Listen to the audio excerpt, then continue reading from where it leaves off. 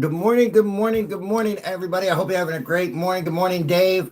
We are now officially in the 2026 off season for the NFL, and there are going to be a lot of moves that are going to be made throughout these next coming weeks as we get close to March 9th and March 11th. March 9th is the legal tampering period that teams can look at signing players and free agency, and March 11th is the official start of the new league year for 2026, where every NFL team has to be under the salary cap. And we are already getting news of teams going towards getting under the cap. The Kansas City Chiefs at one point in time were 57 million over the cap, but now with a move that I've been calling for the last week with Patrick Mahomes, the Chiefs have cleared up nearly 44 million in cap space, which makes them about 14 million over, with more players to come for the Chiefs to restructure. I am looking at uh Chris Jones, or I'm sorry, not Chris Jones, but yeah, Chris Jones will be one that will be restructured. He has a cap hit of 44 million. I look at them possibly giving him restructuring it by about 20 million. And another player I'm looking at the Chiefs to release due to cap casualties is Jawan Taylor, who has a cap hit of 27.3 million, but a dead cap hit of 7 million. And by doing that, the Chiefs will clear up $20 million in cap space, allowing them to work to what I said yesterday, as they are trying to turn 57 million over the cap to about 45 to 50 million under the cap. You wanted to do $100 million swing so that you could go into free agency and you can get pieces that you needed, and you'll have the money that you'll need come the draft to sign your draftees. So there's going to be a lot of moves. Blake, I'm trying to bring you up right now, brother. Give me just a second.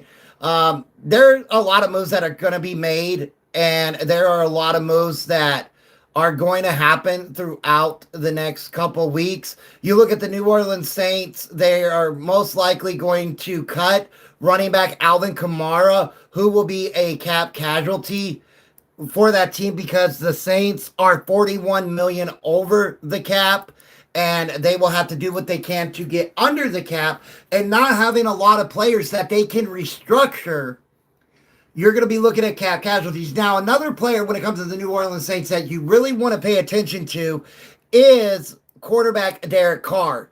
Quarterback Derek Carr did not retire from the Saints. He was released, and he has a 50 plus million cap hit in 2026. And if the Saints are able to trade Derek Carr, because we're hearing a lot of news that the New York Jets, yes, the Jets, Jets, are a team that could possibly trade for Derek Carr, being able to take that money off of their dead cap hit will absolutely turn the New Orleans Saints around for 2026 when it comes to cap space.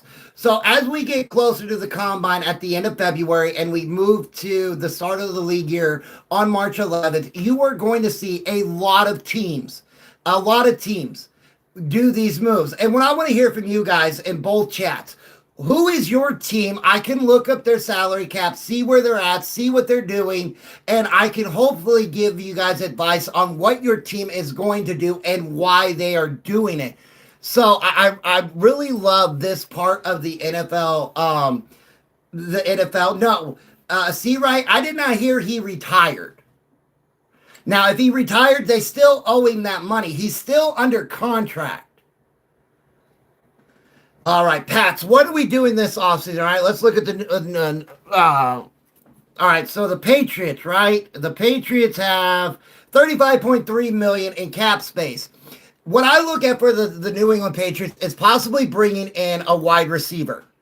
I know you guys have a wide receiver, but again, you know, he's older in age, Javier.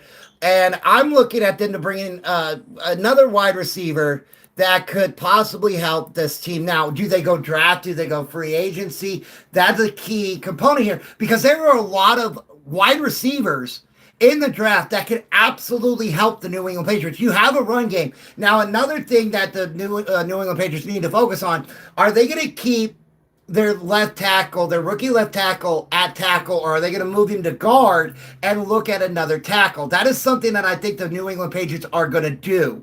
Now, we also found out that their left tackle, Simmons, good morning, C-Right, was dealing with an injury that nobody knew about going into the Super Bowl, and that's what affected his play a lot. But again, can we move him to guard and bring in a veteran left tackle? I think that'll be something that'll happen. So that is just something that I'm looking at, Javier. If not, do we bring in a guard? What do you think about Mendoza? Here's my deal with Mendoza, Tank. And I've been saying this for a while. Unless the Raiders build up that interior line, and again, the Raiders have $87 million in cap space. Unless they, wow, I already got restricted 6 minutes in. Wow. Unless they build up that interior line, it's going to be bad. It really is. We are looking for live reactions to our song. Interested? I'll look at it, Zombie. You know, I have been doing everything I can that I would normally do not to get this live restriction, and I have no idea what's going on. Armchair, you don't think it's your YouTube logo down there at the bottom? No, it was even happening before that. Oh, okay. So what it is saying, Tank, it is unoriginal content. Maybe you need to just try to put like... Hey, Armchair. What's up, Blake? I seen yesterday that apparently we have like $26 million in cap space. Yes, the Broncos have $26 million in cap space. Yeah, we all thought we had more than yesterday. I saw Chris Delilah, he was posting. He was like, yeah, we only got $26 million. Right. Not a whole lot to work with. Yeah, all right. I will look into that, Zombie. I heard Kyler to Houston this morning. Kyler Murray, what I'm hearing when it comes to Kyler Murray is he might be going to the Minnesota Vikings. Will Trey Hendrickson stay in Cincinnati? Well, then, Sally, what I'm hearing is that, yes, the Bengals are looking at possibly keeping Trey Hendrickson, depending on what kind of deal they can get done and what kind of guaranteed money Trey Hendrickson is going to want. If it's, you know, too much, too little, or whatever, then he'll most likely hit free agency. But Blake, back to what you were saying with the Broncos only having $26 million. I know the Broncos only have $26 million in cap space, but I'm going to tell you right now, that will change. There are a multitude of players that the Broncos are going to restructure, kind of like what the Chiefs just did with Patrick Mahomes, and that will change our cap hit. Who do you think are they going to have to write any checks out to any players? Are they going to have to what? Do you think Penner's going to have to write checks out to players? Oh yeah, I mean, your Pat Surtain is making 16.8. You could give him a $10 million check, lower his to 6. Ben Powers is 18.1. Give him a $10 million check, lower his to 8. Quinn Miners, 21. Do the same thing, $10 million. Mike McGlinchey, 23. Give him a $10 million check. So right there's $40 million in cap space. No, the Broncos do not have $43 million. They have $26 million. Yeah, I want to worry about So yes. So the Chiefs just restructured Mahomes and freed up $43 million, but they are still $14.4 million over the cap. Will Daniel Jones stay in Indianapolis? That is a great question because Daniel Jones was wanting a 4-year, 140, 160 deal with like 100 guaranteed. Now, coming off of a broken leg, coming off of a torn Achilles, I don't know if the Colts give him that kind of money. And on top of that, you have Riley Leonard, who they drafted, Riley Leonard, however you pronounce his last name, who they drafted out of Notre Dame, who looked pretty good. And you might want to give him a look in this year. Can you help and hit the like button? Thanks, David. I appreciate that. Been seeing a lot of Broncos and A.J. Brown posts. How would you feel about that addition? Absolutely not, Jordan. I do not want A.J. Brown at all on my team. On top of that, I read a report this morning that the Philadelphia Eagles really aren't planning on trading A.J. Brown. So it's going to be interesting to see. Let me write this down real quick. FYP if you get more likes. I've been tapping the screen. It pushes you out to the. Hey, Armchair.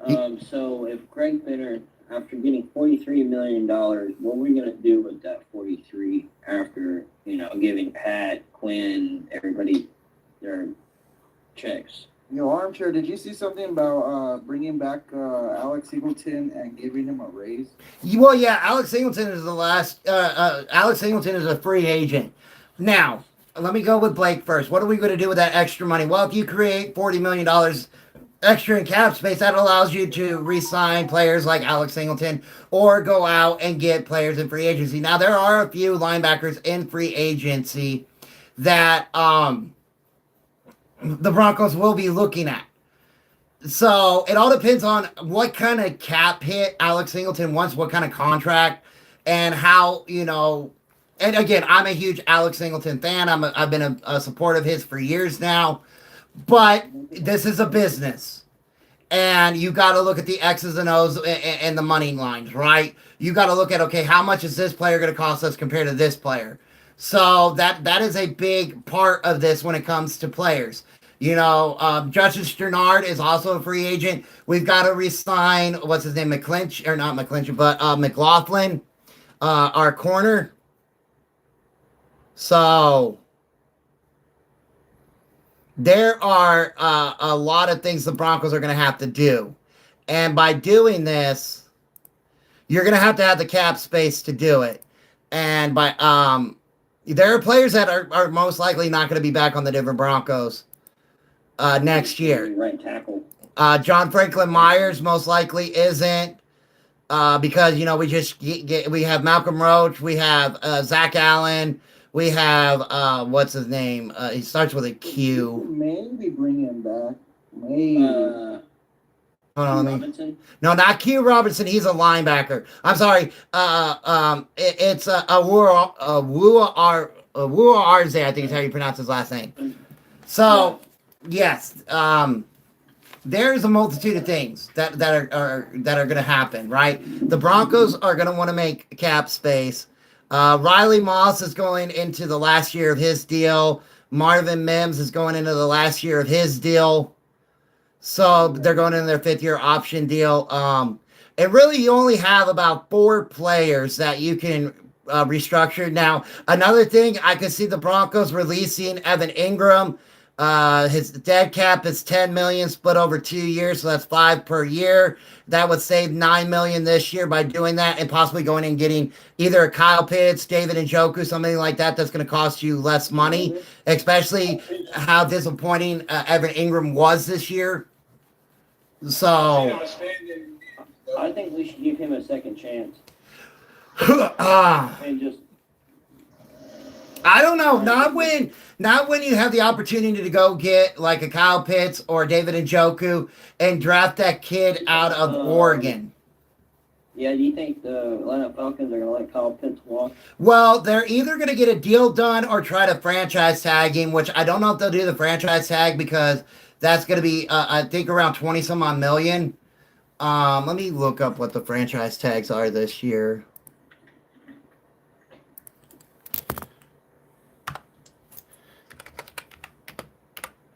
There's going to be some good players in the draft in the 3rd round. There's always diamonds in there. All right, here we go. All right, so tight ends are around 16.3 million.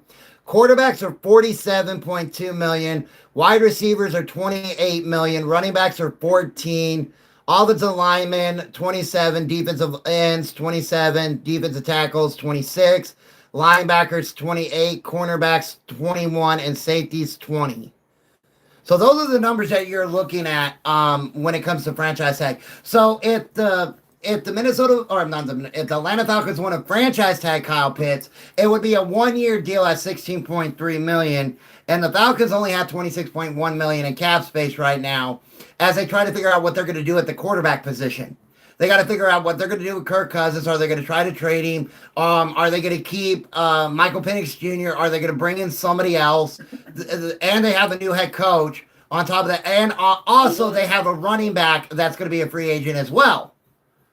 So the Atlanta Falcons have a lot more problems to deal with than just say, hey, are we going to franchise tag Kyle Pitts at $16.3 million? So yeah, that's a problem for the Falcons. Go ahead and fill that out. Let's take your picture from me first. So they have until yesterday, all the way up until the 3rd of March to do the franchise tag. From February 17th to March 3rd to do a franchise tag. So when you do that, you got to, again, if they franchise tag Kyle Pitts and they, you know, let me look at where they can make some money at here with the Atlanta Falcons. All right, so let's see here. Jake Matthews, 27 million. Chris Lightstorm, 26. Kirk Cousins, 24. But again, they might trade him. There are some players that, I mean, they don't have really big contracts that they could do. I mean, Darnell Mooney, I doubt he'd be a cap casualty, but they would save money there. What about James Pierce? What was he making? Who? James Pierce. For the Falcons? All right, yeah. So James Pierce only has a cap hit of $3.8 million. Oh, okay. So there's nothing to do there. Well, they gonna probably release him. And you really, I mean, okay, so you can't release, I mean, you could release Kirk Cousins. He has a dead cap hit of $35 million. He's got a cap hit of $24.6 million. 35 divided by 2 is 17.5. So you're saving about $7 million if you just outright cut Kirk Cousins. Now, I doubt they would do that unless they cannot find a trade partner for Kirk Cousins. The main thing they're going to try to do is find somebody that will trade and take the full $35 million dead cap, which will help their cap space a lot. And if not, they might just have to let him walk and eat $35 million over the next 2 years. So, I mean, they only got $2 million in dead cap this year, the Atlanta Falcons. So doing that really isn't going to hurt them that bad. And again, it would give you $7 million in cap space, going up to 23 or 33 million in cap space. But again, they have a lot of needs on this team. The Atlanta Falcons. Let me pull them up real quick. Who do they need? Let's see. This is an alphabetical order, I believe. Yes. So here, the Atlanta Falcons need wide receiver, tight end, defensive interior, and cornerbacks. That is what, according to ESPN, that they need. So when you look at this, and only having 26 million in cap space, 26.1, again, Kirk Cousins is going to be 38.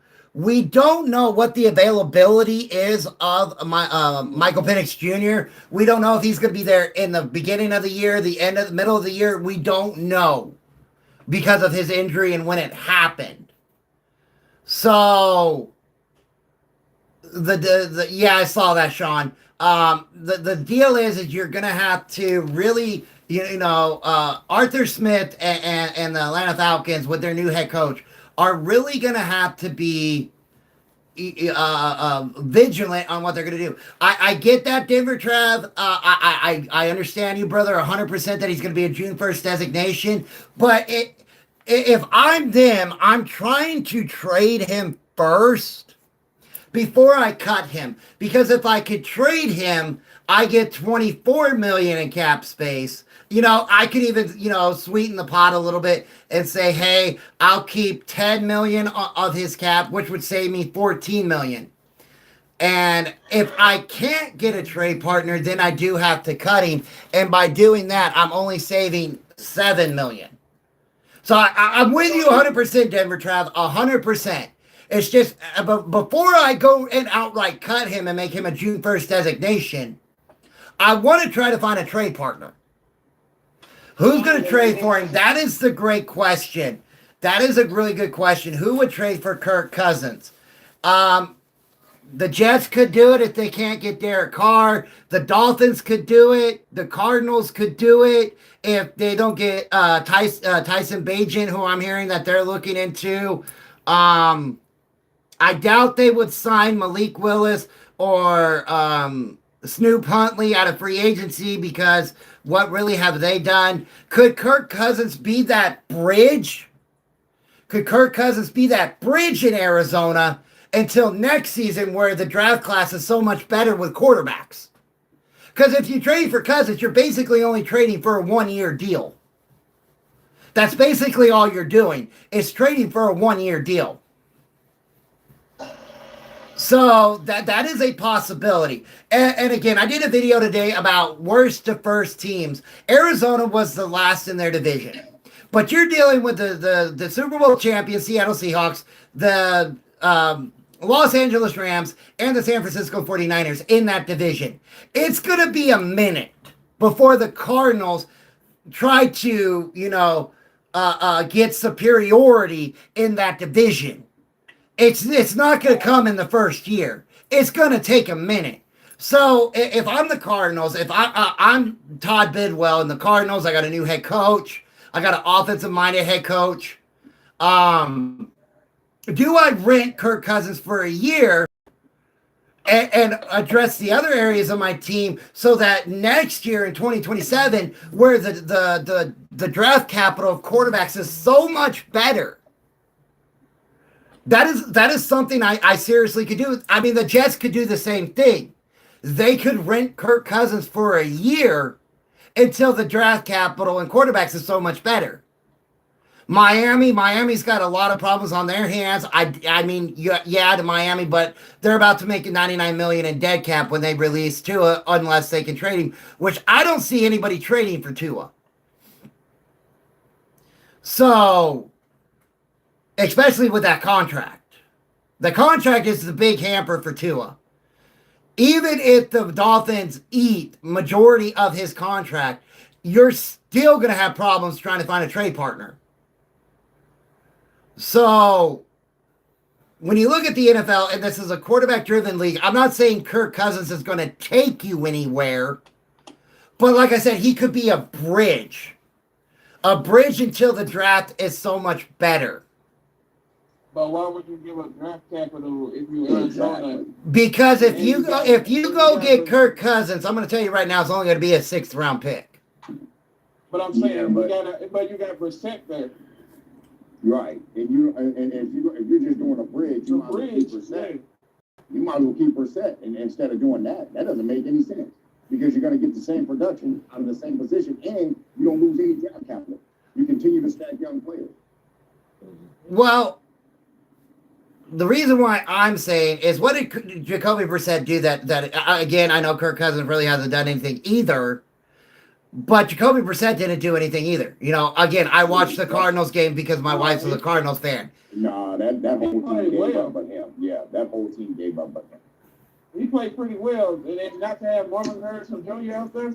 Well, again, I'm also hearing that Marvin Harrison Jr. is a trade possibility, which I don't understand, but they're saying that they're willing to trade him. I'd be willing to trade him too. I mean, at this point, Marvin Harrison Jr. is a guy that says that he reminds me of today's teenagers. I'm entitled, but I've done nothing. NFL free agency, will Kenneth Walker still be with the Seahawks next season? Great question, Vincelli. I'm hearing that the Seattle Seahawks could let Walker test free agency. No, they just said this morning on the radio the Seahawks are going to be using transitional tag. So the $14 million franchise tag. Transitional, not the franchise, the transitional. All right, let me look at that number. Okay.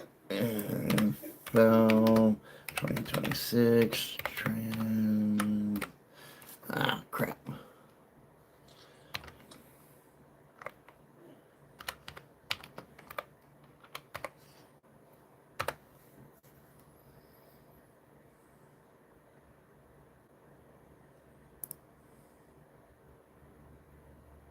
All right, so the NFL transitional tag is a 1-year tender offer for the average of the top 10 salaries at that player's position.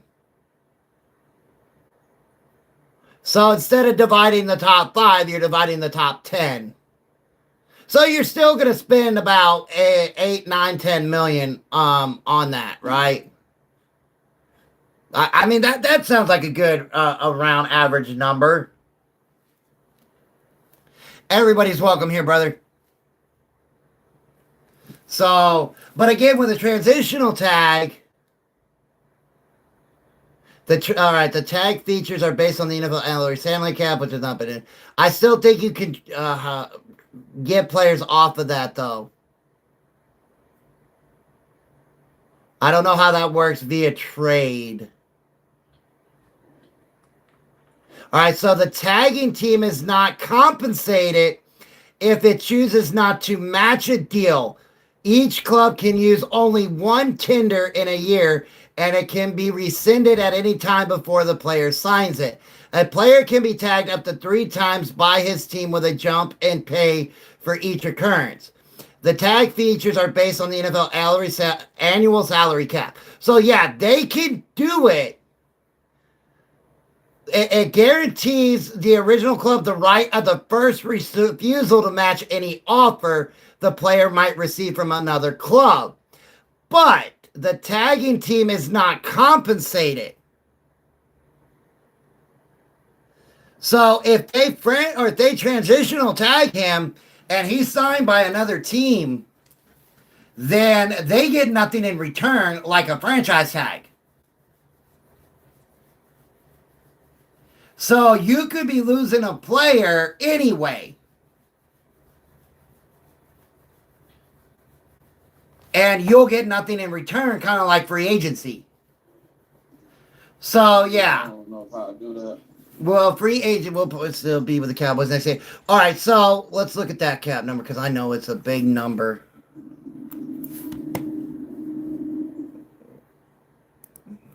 If you franchise tag George Pickens, you're looking at 28.03 million for 1 year for George Pickens if you franchise tag him. If you franchise tag George Pickens, it's 28.03 million. You know what, Armchair? If I'm the Cowboys and I got all that draft capital, I ain't franchise tagging George Pickens. He's a good talent, and there's no denying that. But I'm letting him go. I'll get it younger. I already got a number 1 receiver in CeeDee Lamb. I'm going to give you another rookie receiver. I'll take a chance for another rookie receiver because this draft class is, I can get him I can get a Malachi Field. Yep. I'm taking my chances with a different receiver. I'm not paying all that money for that. And again, hey, good luck to you, man. Wherever you land at. I'm sorry, brother. Chance for a different set of receivers. And on top of that, the Cowboys are $31.5 million over the cap. Now, again, that's going to change when they redo Dak's contract and but Lambs and all them.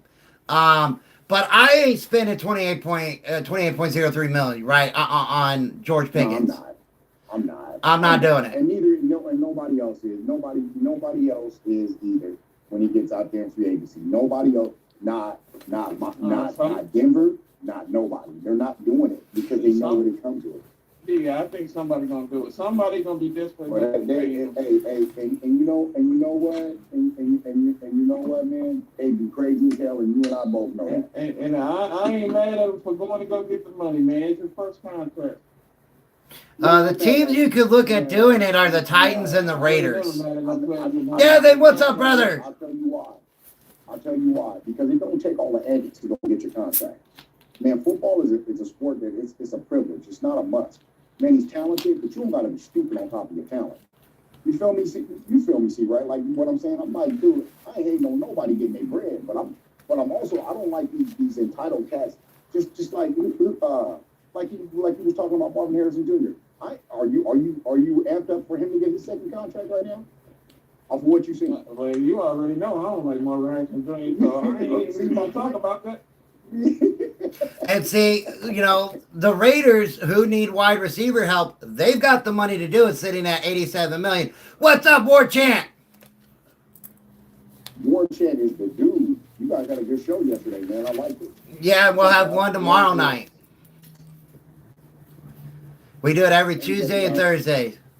Armchair, you missed it yesterday, man. It was some 49er violence going on. Oh man, I had to let him. Hey, tell him about it. See, right? Tell him I had to check, dude. I had to check. I had to check this one Niner fan Armchair because he came in here talking about Ricky Pearsall. Now listen, I'll be the first to say if you want to say Ricky Pearsall needs to stay healthy, you would like to see him healthy. You're tired of the injuries. I'd be the first to say that. But when you talk about the man, he was like they basically cast out on there talking about Ricky Pearsall basically. Yes, Devin, I already did a video about it. But he didn't play because his pain tolerance. And one guy was like, "Boy, he had a grade 1." I'm like, "You don't know what grade he had." And then he gonna tell me. I said, "Have you ever had that injury?" He goes, "No, but I play baseball and I ride bulls." I'm like, "What? What are you talking about? Unless you've had that injury, you can't tell me what somebody can do on that said injury. You have to have had that injury." I like Ricky Pearsall. I think he could be a very good player for the 49ers. I think Ricky Pearsall got a raw deal. Ricky Pearsall was leading the league in receiving before he got hurt. Yep, I think he could be a really good target for Brock Purdy there in San Francisco. Wait a minute. Let me say something. Your son-in-law said something on his one of his videos. Oh gosh! I had to unfriend him. I'm no longer being him or no longer speaking. What did he do? This man called Sam Darnold better than Brock Purdy, and I was like, okay, stop. Oh,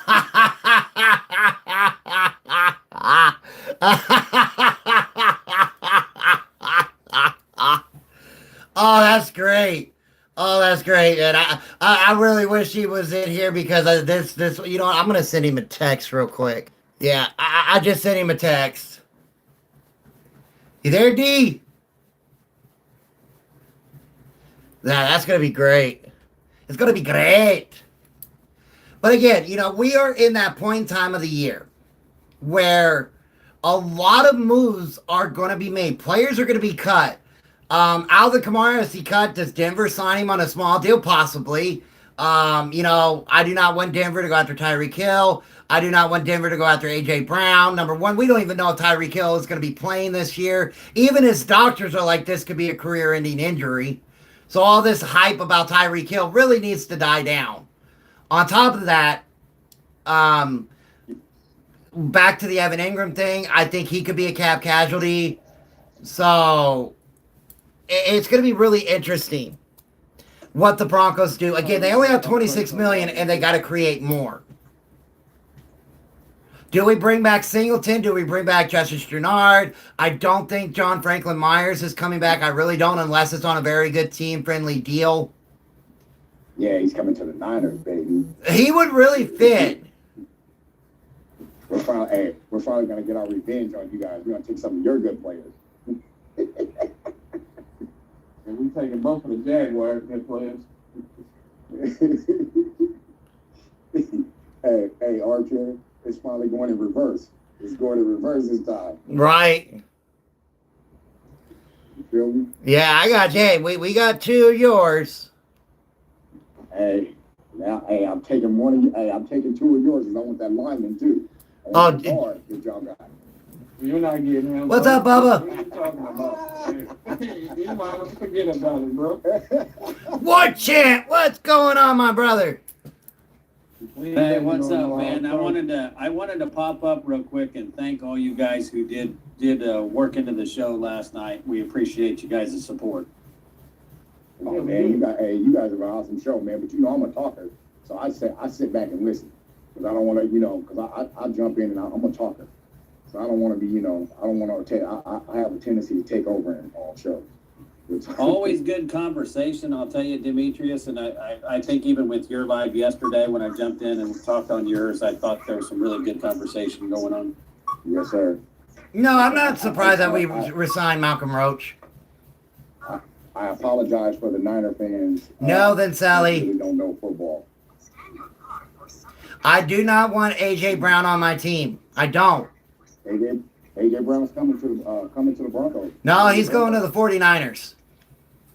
Hey, here's something for War Chance. War Chance. He might be going to Kansas City. That is a possibility. What's up, Chris? I don't think so. I think he would command too much money. Hey, what up, guys? Hey, one chance. Well, since you're on here, I was thinking about this. Who's starting for y'all the open season next year? At quarterback. Patrick Mahomes. You think he's gonna be ready? They're saying he's supposed to be ready. Hey, if Patrick Mahomes is ready, then what I said about him at the end of the season was true. Y'all all know what I said. You said it was not an ACL tear, and that he gave up. Hyperextended news, and that he gave up, that he tapped out. If he comes back from an ACL tear like that, if he comes back from that, and I listen, hats off to him if that's true. But if he comes back from that and with the time and the time frame that he tore that, no, I'm not buying it. I'm not sold. Hey, bro. I'm gonna salute him, bro. That's crazy if he out there in the first game. I ain't saluting that. You can't pee on my head and tell me it's raining. I refuse. Look, that it's like Ward Chan and I were talking last night about Mahomes possibly starting week 1. But the Chiefs have way more problems than Ward Chant knows. It's then, just who's going to start at quarterback in week 1. We got to figure out who their running back is going to be. Is it going to be Breece Hall? Are they going to bring back Pierce? Are they going to bring back Hunt? Is Kelsey going to want to play another year? Where are they going to go with wide receivers? What are they going to do on that offensive line? Jeremiah Love. The Chiefs are I had said that. That goes after running backs that early. And that's what Ward Chant told me. I said they could go with Jeremiah Love at number 9, but Ward Chant said no. Jeremiah Love. Now, with the Cardinals possibly releasing Connor due to cap casualty, could the Cardinals at number 3 take Jeremiah Love out of Notre Dame? Ooh, no, he cannot be in my division. I think it's a possibility. Yeah, I really do. I think it is a possibility. You shut your face. I think D would be heartbroken knowing that his boy from Notre Dame plays for the Cardinals. They got bigger problems than running back, bro. He can go anywhere else. He can go to the Raiders. He cannot go in our division, bro. If I see that dude in a Seahawks, Rams, Cardinals jersey, I'm gonna be devastated. I think that bring a tear to your eye. What? Thanks for the 100 minutes, War Chant. What'd you say? Oh, War Chant has watched my life for a month. Hey, War Chant, who's hosting tomorrow night? I am. You're doing it again? Okay. All right. So, key thing though, War Chant. A lot of the people that I share it to are still telling me because you're age restricted, they can't watch your lives. Good. They don't need to be on there. Could both Notre Dame running backs go first round? Absolutely. Absolutely, they could. And that's why I'd be devastated because I'm a diehard Notre Dame Irish fan. So what I'm hearing, Vincelli, is Kyler Murray wants to go to the Vikings. Could he end up with the Jets? Absolutely. But I'm hearing that it's the Minnesota Vikings he wants to go to. Kyler Murray can't have no wish list of where he want to go.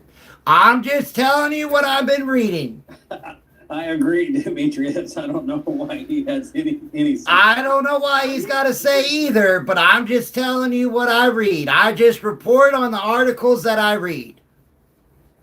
We need to go to the Diamondbacks, man. That boy Kyler Murray better go to the quarterback coaching room. Kyler Murray might be lucky if he finds anywhere to go. Very true, because here's the deal. Yes, the Cardinals are going to look for a trade so they don't have to eat all that dead cap. But on the flip side, even if they release him, they save a bunch of money this year and next year, even with his dead cap.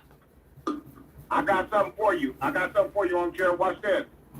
What about a trade, Kyler Murray for Tua Tagovailoa? I've heard that, but I doubt that the Cardinals would do that because the contract you would be bringing over for Tua is more than the contract that you're giving up. But it's all more team friendly because you can get off of that. You get off of Tua's contract next year, after next year. Right. You can get off of it next year because it's like it's a 1 year rental. The same thing I said about Kirk Cousins, which would be a cheaper 1 year rental. So could you go Kyler Murray for Kirk Cousins?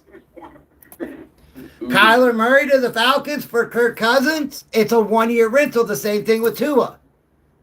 If the Cardinals look at trading for a quarterback outside of Tyson Bagent, who I'm hearing they're really interested in, it's a 1 year rental. That's all it is. You're bringing in a quarterback for a 1 year rental. So if I'm doing that, if I'm the Bidwell family, if I'm the new head coach of the Cardinals, I'm looking at, okay, I'm not trading for a pocket quarterback. how much is, if I go with Kirk Cousins or if I go with Tua, what's going to cost me more on a 1 year rental?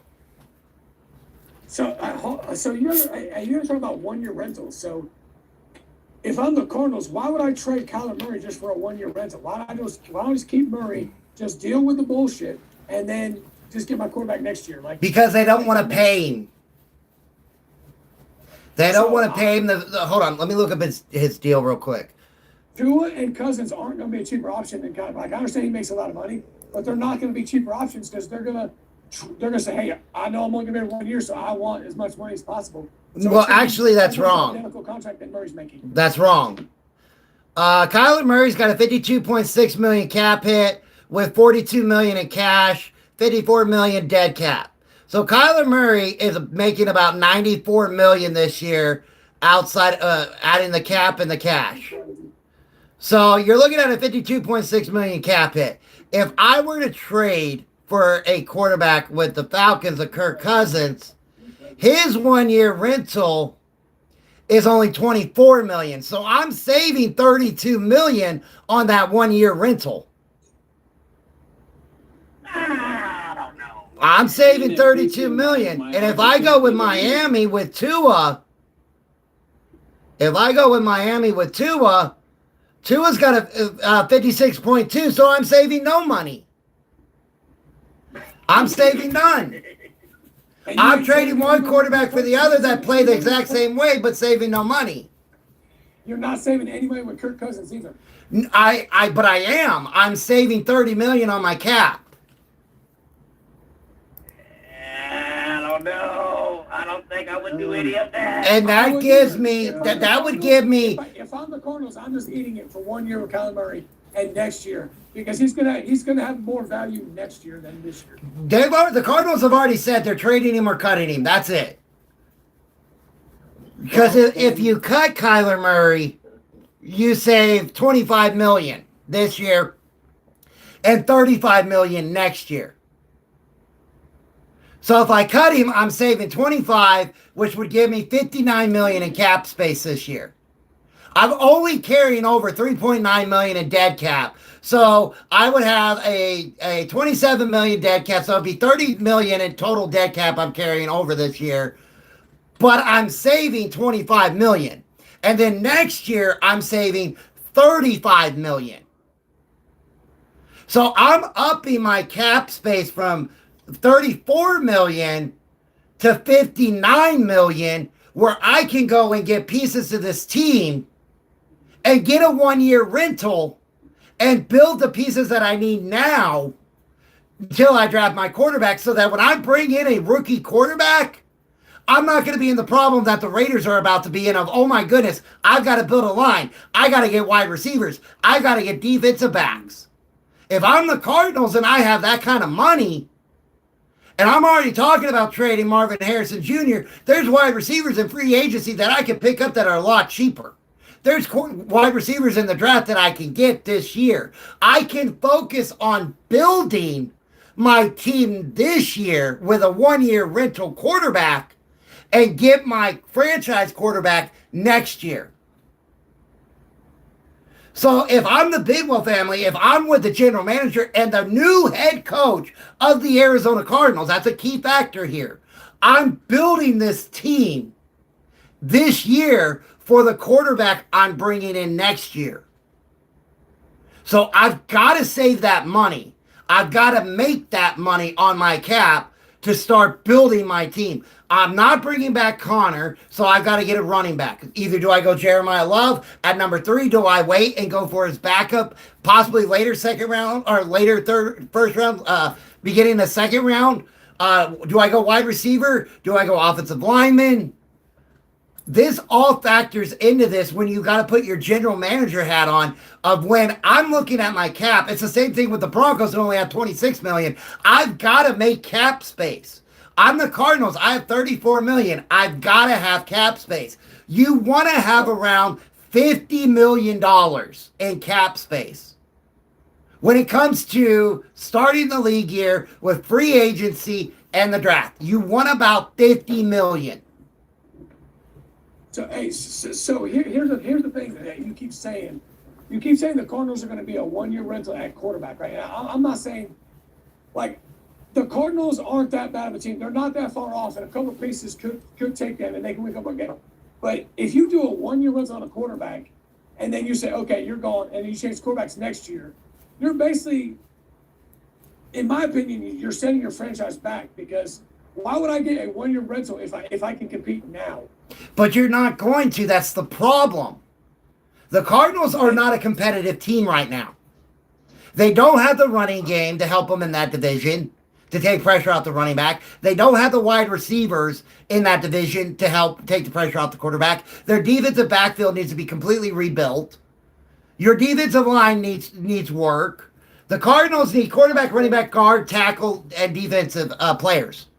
So I've got to make the money as a team. It may not be pretty for Cardinals fans, and this is what I explained to my wife, who is a diehard Cardinals fan. It's going to look ugly for a year or two. It's going to. But we've already been dealing with ugly years. It's not like I'm taking a team that made it to the playoffs and then breaking them down. I'm taking a team that can't make it to the playoffs, breaking it down to try to build a team that can make it to the playoffs, because I play in the division with the Seattle Seahawks. I play in the division with the San Francisco 49ers. I play in the division with the Los Angeles Rams, who in my opinion are the 3 hardest teams in the NFC. So if I'm in that division, I'm a new head coach. I've got to build a team that I can compete in that division, or I'm going to be stuck at number 4 the rest of my career. And I'm going to be known as a failed head coach. So I've got to make the money. I've got to clear cap space and make the money so I can start building this team so that maybe in 2 to 3 years, I can start competing with the Seattle Seahawks. I can compete with the 49ers. I can compete with the Rams. Because you got to remember, things are about to change over the next 2 years with these 3 other teams. I doubt Matthew Stafford's coming back after 2026. He's probably going to retire unless they make it to a Super Bowl and lose, then he might come back one more year. I look at the 49ers. Christian McCaffrey's not going to be there forever. They have their own problems, health-wise, defensive-wise, but they'll fix it. Look at the Seattle Seahawks. Right? They're about to drop a ton of money on Sam Darnold. They got to figure out what they're going to do with JSN and other players on that team that are going to eat their cap, that is going to, bring that team in.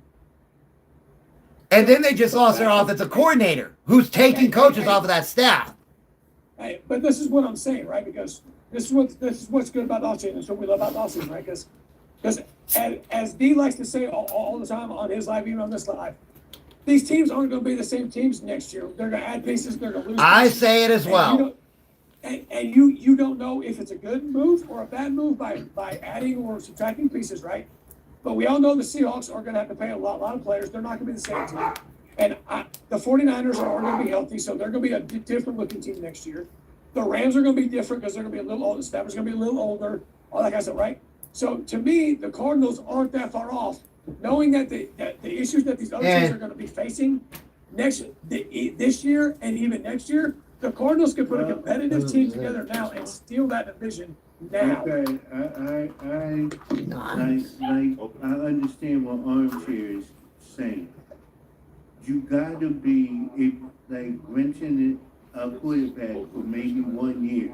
It's not gonna cost the Cardinals anything, because the Cardinals is a bad franchise. It's just like when you buy an old house on land, and you don't like that way that house is, you're gonna tear down that old house first, and then you're gonna build a new house on that land. You have to take that just for the way they're gonna do in football. They trying to get that old house mentality out and build a new house within the organization. You gotta get rid of the old mindset first. You can't try to build on a new mindset with old players. And guess what? The Cardinals gonna probably try to tank next year to get the number 1 pick. Well, I doubt they're going to tank. Now, I don't like that teams tanking, but I get what you're saying. You have a new head coach coming in. He's going to want to build this team into the mindset of how he wants his team to be. We're already talking about, they're going to trade Marvin Harrison Jr. So if I'm trading Marvin Harrison Jr., why am I not releasing or trading Kyler Murray? Why am I not trying to restructure this team, get the money, get the cap space, get the extra draft picks, no matter what round they're in, so that I can start putting piece by piece by piece. I mean, Kellen Moore did it with St. Louis, and he's still with the Saints. Thank you, New Orleans Saints, and he's still doing it this year. I have a question. Are we thinking or even saying that the Arizona Cardinals are a quarterback away from continuing? Absolutely no. No. Then none of this conversation makes any, like what Chris said. That don't make sense. Although, like I said, and Chris, I'm not attacking you. I don't want you to think I'm attacking you. That doesn't make any sense. What the Arizona Cardinals need to do, they need to do exactly what the Dolphins is doing. Hey, we're going to do a hard rebuild. Tear it down to build it up.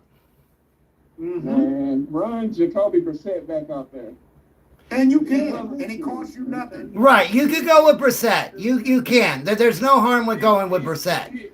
So tear it down to build it up. He had like 24 touchdowns, 8 interceptions in 12 games. No, and he's going to keep you competitive. You tear it down. You wait for next year's draft, so you can get you a quarterback for the future, because he's not going to be in this draft. Nope. He's not going to be in it. And you just start building your team, and you build your team from defensive trenches to whatever, but you build your team. Because right now, like you said, Armchair, and I don't care what nobody says, you may think San Francisco's far off. They're not far off. They won 12 games with a better team. They're not far off. The Rams, not far off. Seattle, the Super Bowl champions. You're not contending with not with one of those opponents right now. And they're in your division. You gotta tear this team down to build it up. Unfortunately, and that's what I tell my wife. I'm like, look, the next couple of years are going to be hard. It's going to hurt. It really is. It's going to hurt. But you've got to tear this team down and build it up. Again, Dee said it right. The Dolphins are doing it. The Saints are doing it. Why do you think Alvin Kamara is going to be a cap casualty? And there's other players on that team that can be traded. They traded Rashid Shaheed. DeMario Davis, all those guys are going to be gone, likely. You're tearing it down to get you the cap space, to get you the draft capital, so you can start building it up.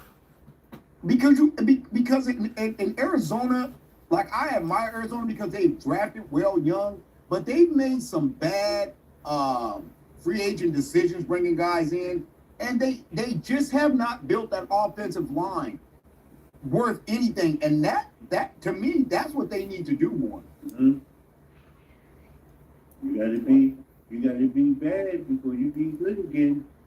Look at the Denver Broncos over 9 years after Peyton Manning. Look what we went through for 9 years. The Chiefs went through it. Everybody goes through it, man. Everybody, exactly. It's a cycle. Every football team goes through the cycle. Look at the New England Patriots after Tom Brady. Exactly. Every team goes through it. Look at the 49ers after Steve Young. Don't you bring that up. I'm just saying, look at the Pittsburgh Steelers after Ben Roethlisberger. Every team has to be torn down to be built up. Hey, can I wait? You just said something. I want to ask this question, and I'm sorry, I'm gonna switch gears. I just want to ask this question really quick. There seems to be some turmoil with the veterans or the old school cats from Pittsburgh, where James Harrison called out Mike Tomlin for not being a good coach, and then Joey Porter came after him and came after Ben Roethlisberger. And I don't know if you've seen what Harrison said, but Harrison attacked Joey Porter really bad and said, you know, you went against the brotherhood by bringing up Ben Roethlisberger off-season stuff, off the field stuff. And Yeah, I was like, You're not supposed to do that. Your football is how I look at football. I don't care what these guys do in their private lives. That's their private life. I care about what they do between the sidelines. Wait, I would agree with you, but when we talking about raping women, You know what I mean. You know what I mean, D. I don't care about who they date. I don't care about how many kids they got. I don't care how many houses, how many cars. I don't care about any of that. Now, if you break the law, that's a different story. If you break the law, you shouldn't be on the field. But that's what Joey Porter was talking about. That Ben Roethlisberger got away with breaking the law. Yeah. And you know, and how well, look at the Dallas Cowboys through the Dallas Cowboys through the 90s, the same thing. Right by you. This is very But as a football content creator, I try again outside of breaking the law.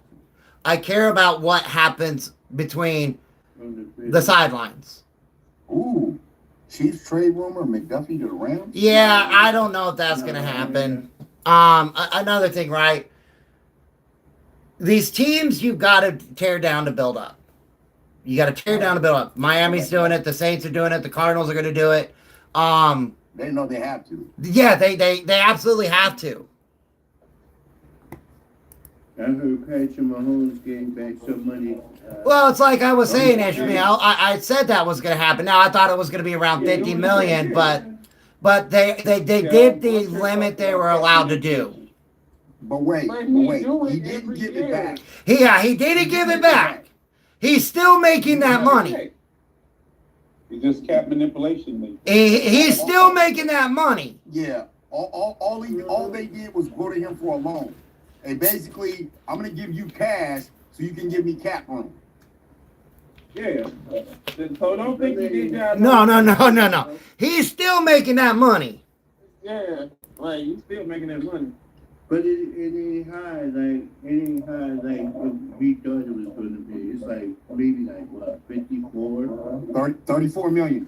He's got a 34 million cap hit with 56.7 million bonus. And he got a $43 million check. Yeah. So he's still making that money. Beforehand, they were 59 million over the cap. They were 57 and they're 14 over right now. Right now. So that means your tight end, he may not have a choice in this to come back. And I heard Absolutely, Ronnie. They paid him before the job was done. Correct. And the next one that's going to do it is Chris Jones. He is not going into the league here with a $44.8 million cap hit. They're going to give him a $20 million check. Chris Jones is a part-time player right now. And Jawan Taylor is going to be a cap casualty because I can save over $20 million by cutting him. Yeah, they gonna cut. Yeah, that's another big one for sure. Mr. False Start. Trey Smith is going to get restructured. Hey, I think the 49ers need to cut Brandon Ayuk. That's what I think. Well, I mean, that was a given. Okay, hold on. Where did that one come from? Hey, Ray, that's called rage Don't bait. be surprised if it's still the team. Okay, all right. I mean, the 49ers lucked out on that one because he voided $24 million of his contract just for not showing the fuck up when he was injured. Just for like not even showing up. Hey, you want to release Kittle? I'll sign him. I love Kittle.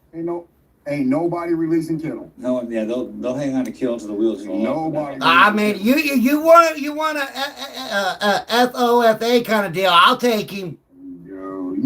I'll take him in a heartbeat. My heart broke when the 49ers re-signed him because I was like, man, let Kittle hit free agency.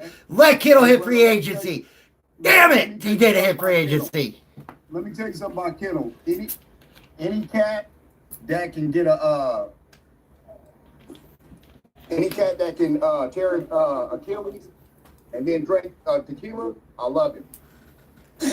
Man, I was following that closely because I was like, let him hit it. Let him hit free agency. Do it. Do it. Yeah, the 49ers will hang on to Kittle even if he's going to go out there with one leg, bro. I know, but man, I was following that because I would have loved Kittle on my team. About the killer and jumping and getting the wrestling ring and then somebody throwing him around. Well, War Champ, with Travis Kelce coming back, he's got to come back. If he does, it's got to be a $5 or $7 million deal. It can't be anything over 10. It just can't. I mean, considering that his fiance is worth a gazillion dollars. Right. It can't be over 10 mil. Well, and him and his brother, like starting that podcast, like that's what's Okay, what I mean is 10. What I should have said, War Chant, and thank you for correcting me, is a 10 million more. 10 million or more cap hit. You want to give him a 3 million cap hit with a 10 million bonus? I don't care. The bonus doesn't hit my cap.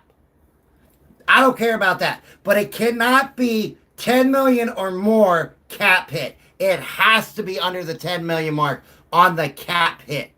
Give him a 5 million cap hit with a 10 million bonus. Great. Do it. Do it. But it's got to be that way.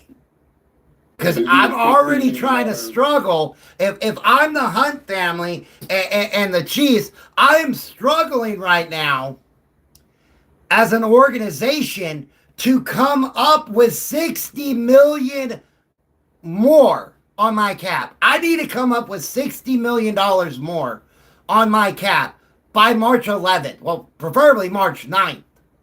I've got to come up with 60 million more, which would put me about 55 million in the red. Or no, in the black, so to say. Because I need running backs. I need wide receivers. I need offensive line. I need defensive backs. Something you and I were talking about last night on our podcast. Again, guys, Tuesdays, Thursdays, come check us out. We do 2020 NFL 2026 NFL Buzz. I think you guys will absolutely love it. We went through the Chiefs and the Raiders last night. We're going through the Cardinals and 49ers Thursday night. I think you guys will have an absolute blast with it. Mac Jones to the Vikings, I seriously doubt it. The Vikings are looking for a veteran quarterback, and Mac Jones is not a veteran quarterback. The Vikings are going to be looking at a veteran quarterback. But who would be available like in that category? Unfortunately, and I feel sorry for any Minnesota Viking fan on here, it looks like it could be Kyler Murray. Kyler Murray, Daniel Jones. I don't think Daniel Jones is going to get what Daniel Jones thinks he's going to get. He's going to ask for that 140, 160, but coming off of a broken leg and a torn Achilles, I'm not giving the dude 140, 160. They done with JJ after 1 year? JJ's been there 2 years. No, you're still keeping JJ, but you're bringing in a veteran quarterback. JJ only played 1 year. I get it, but he had an entire year to learn the system. Well, also he missed how many games this past season? He only played 9 games last year. They need an insurance policy. They need a plan B. Exactly. If he gets hurt again. And the deal is your veteran's going to be your starter, and JJ's going to be there in the back learning. I don't think JJ starts next year. I really don't. They I don't definitely think had JJ Daniel McCarthy Jones is on starting the next year. bench. Yeah, So they need a backup plan just in case JJ goes down again. Hold on, I think what they're is still it? gonna give him a chance, but they need a plan B. and right now the Vikings are 40 million over the salary cap. The Minnesota Vikings are 40.6 million over. Justin Jefferson is the only player making a lot of money on my cap, which is 38.9. Brian O'Neill is 23. Christian Darrisaw is 23. And Jonathan Allen is 22. I feel like Hawkins is making a good chunk of changes at their tight end spot. He's only making 21.3. I don't have the Patrick Mahomes, Joe Burrow, Josh Allen, or Dak Prescott contract that I could put a whole bunch of cash to lower that cap hit if I'm the Vikings. The Vikings are in the same boat that the Saints are in. They don't have that one or two player that is making a ton on the cap that we could go, here's a check and automatically drop it. They have to really fight to do this. The Saints are a team and the Vikings are a team that have to do this. There could be a lot of cap casualties for both teams. A lot. I mean, right tackle Brian O'Neill, if I cut him, I save $20 million. He could be a cap casualty. Right tackle 31. He's got a $23.3 million cap hit. His dead cap hit's only $3 million. I cut him, I save $20 million. Jonathan Grenard, if I cut him, I save $16 million. So there could be a bunch of cap casualties on the Vikings and the Saints. Alvin Kamara is already being talked about being a cap casualty. They'll save $8 million by cutting him. Well, I'm pretty sure the Saints are the worst off because of the fact that they're paying the most for players that are no longer on that squad. Well, it's that they're paying one player the most. And if they can somehow, some way trade Derek Carr, that frees up, I believe it's $57 million. What if they were to trade him? That's what I'm saying. If they trade Derek Carr, they have to pick up that deal, right? Which no one's going to do that. Yeah, okay, this is what you're going to do. If you trade Derek Carr, you get to take that $59.6 million off of your cap. All right? So follow me here. You trade Derek Carr to the Jets for a 6th-round pick. Hell, at this point in time, if I'm the Saints, I'm like, give me a 7th-round pick. I don't care. They take the full cap, the full 59.6. As soon as he gets into New York is going to go, hey, we're going to restructure this deal. Because now that he's coming to the Jets, I get to restructure him. And I could take that $60 million and split it over a 2-year deal. But that means the Jets would just have to pick up that contract. Correct. And the Jets have, where are we at with the Jets? The Jets have $82.5 million in cap space. They're good to do it. But yeah, they're not, but I don't know. I mean, the Jets are the Jets, but that's right there. You go. The Jets are the Jets. So don't say this isn't possible. But that would be the dumbest one of these. But we're talking about Woody Johnson and the New York Jets. But y'all gotta come out of retirement. He's already said he wants to come out of retirement. 30 million, like they said it would. They said, but he didn't say he wanted to come out of retirement to be with a contender, which is like ludicrous. But there's something about the Jets. There's a coach or something on the Jets that has a tie to Derek Carr, is what I've read. I don't know. Why would you get Derek Carr? No. Well, who do the New York Jets? Okay, so the Jets have the number 2 overall pick. Are we taking a quarterback at number 2? No, you're taking a defensive best defensive. So who am I taking? Am I trading for Kyler Murray? Again, it's going to cost me more for Kyler Murray. Am I trading for Tua Tagovailoa? It's going to cost me more for him. Am I trading for Kirk Cousins? That'll be cheaper with Kirk. Where am I going with the Jets? I would say if you were the Jets, stick with what you got because you're trying to. The Jets don't have anybody. That's the deal. Quarterback. Build your team, then get your quarterback. I agree. Okay, I agree 100%. But we got to throw something in here. But it's the Jets. I mean, they do have Fields for another 2 years under contract. Build your team and then get your quarterback. Right now, you got to get offensive line, defensive line. You got to get defensive secondary. You got to get yourself a running back. There's all these things that you can build with. So Justin Fields has a $23 million cap hit this year. Picking up Derek Carr's contract after him just like leaving the Saints and retiring, and then all that would be just like ludicrous in my opinion. Their team was stupid enough to make that contract with Justin. How much dead cap if he leaves? 22. So if I cut him, I would say 12 million this year. I mean, are we saving money for what? Because we have a lot of money in. Right, we have 78 million. We have draft capital. And we have a ton of draft capital. Sitting and keep building. Now, there is a quarterback in the second round that I think that the Jets could look at. Let me pull him up real quick.